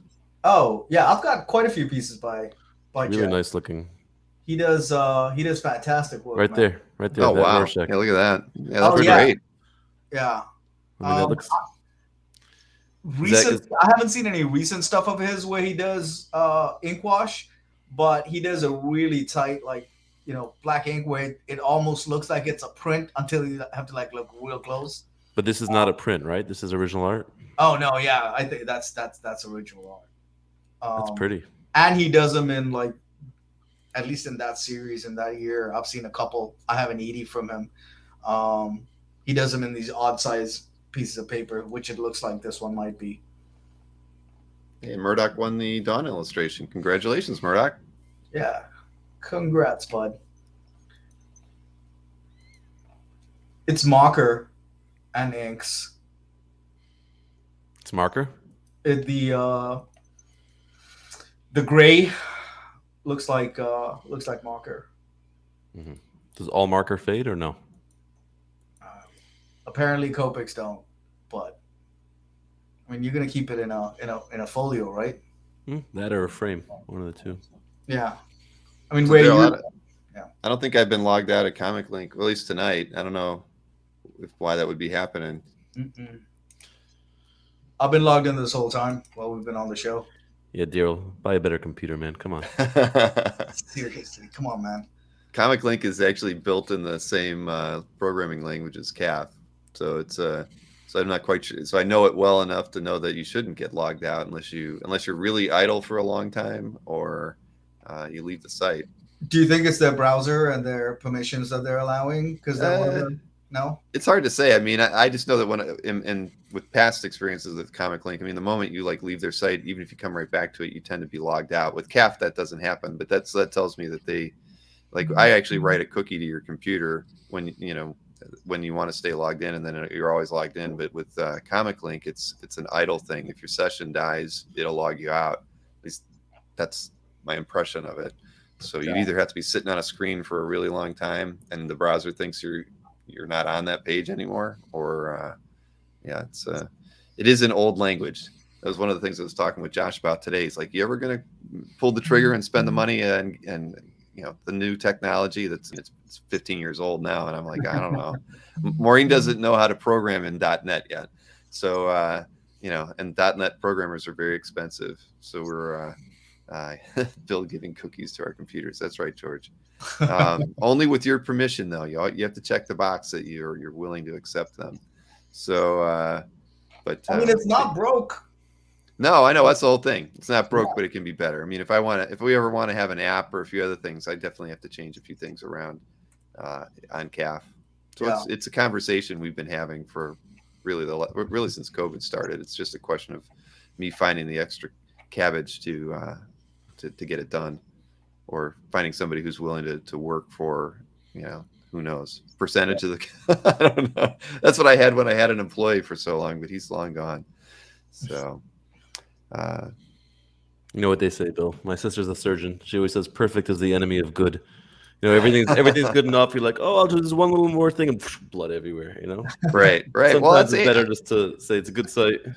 I know. There's lots of things about it. If we can make it mobile friendly, I always look at it and think if I can, it's not bad. There's just certain things to upgrade. I'd love to make the admin a little bit easier, or a little more intuitive, and let you guys have a little bit more freedom. Schedule posts. Hey, wouldn't that be great? Guys who like to post in the mornings, they could do their work at night and then prep it. So there's lots of neat things, but some of that stuff, it's not beyond us, but it woid be better if I had somebody else helping. Do all that stuff, because Maureen does, she's really great at the work that she does. But I just think if I had an extra person in here, we could do a lot more cool things with the site. I think that would make it even more neat than it already is today. Yep. Plus, you have like that stack of a room full of emails that people have already sent you suggestions on how to make it better. Right? I do. I get suggestions all the time. And I do actually put a lot of them in a folder. Like, this was a good idea, and the other ones I tend to delete. But it's good. I've got a lot of good. Most of the good suggestions come out of the community. I mean, I don't know how people use the site sometimes, and so when people throw an idea at me, usually it's something I haven't thought of. Like we talked about, like someone was like, why can't I search the classifieds by country? Or things like that. And I'm like, shoot, that's actually a good idea. If you want to buy from somebody else in Europe, or you want to guarantee that you're only looking at work from somebody in the continental, in the continental United States, that makes sense. Why didn't I ever think of that? So usually the better ideas come from people, who are just looking at it and say, well, this site just doesn't work right. Sure. I can't see it. I've been doing it for 19 years. Plus, I guess like when the suggestions dry up, that's when you got to start worrying, because like nobody. Right. Yeah. Exactly. Yeah. Well, that's my concern. I want to remain relevant, so I have to work at it. Yep. But got a little demon illustration by Mignola coming up, a couple of them. But yeah, why don't we? I don't know. For me, I've been at it for 3 hours. I've got to go. I have to give blood in the morning. It's my 50-year-old checkup, 53-year-old checkup to be exact. So yeah. They're going to tell me my testosterone has dropped beyond measure, and God only knows what else, and they'll put me on some supplements after it's all over. All right, Bill, so let me end with a joke, but stop me if you've heard it, okay? All right. Okay, so this guy's wife dies, and they're having the it's a feel-good joke. They're having the ceremony, and they're in the church, and he's talking about his wife, and I loved her so much, and she was fantastic, and I'm going to miss her forever. Then afterwards, they pick up the casket. They start walking out of the church, and they hit the wall by mistake, and they hear a groan from inside the casket. They go, "Oh my gosh!" And they open up the casket, and she's alive. And sure enough, she lives for 10 more years. And then she dies again. And then this time again, the guy gets up there, at the ceremony saying, "What a blessing these 10 years have been. My God, I was so blessed by God for these 10 more years with my wife." And again, they pick up the casket, start walking out. And on the way out, the husband says, "Watch the wall, watch the wall." Anyways. Nope, hadn't heard that one before. That's No, great. me neither. Have a good night, guys. Thanks for everybody tuning in tonight. It was a great show. Thanks to ComicLink for letting me do these things too, because this is fun. It's a great way for us to hang out, and focused auctions are always it's a mixed bag, but we enjoy it. And thank you, Fish, Saranga. I really appreciate it, and Jason and Dino and James and Larry for all tuning in and offering their sage their wonderful advice. That's all I can say. But thanks guys, and I'll see you tomorrow night, right? On what do I got tomorrow? Oh, I've got Cam from Inky Knuckles. I'll have him on on an interview show, so that's going to be a lot of fun. I've never talked to Cam, but I know he's an interesting guy, so look forward to that. All right, so thanks, Bill. You got it. Good night, everybody.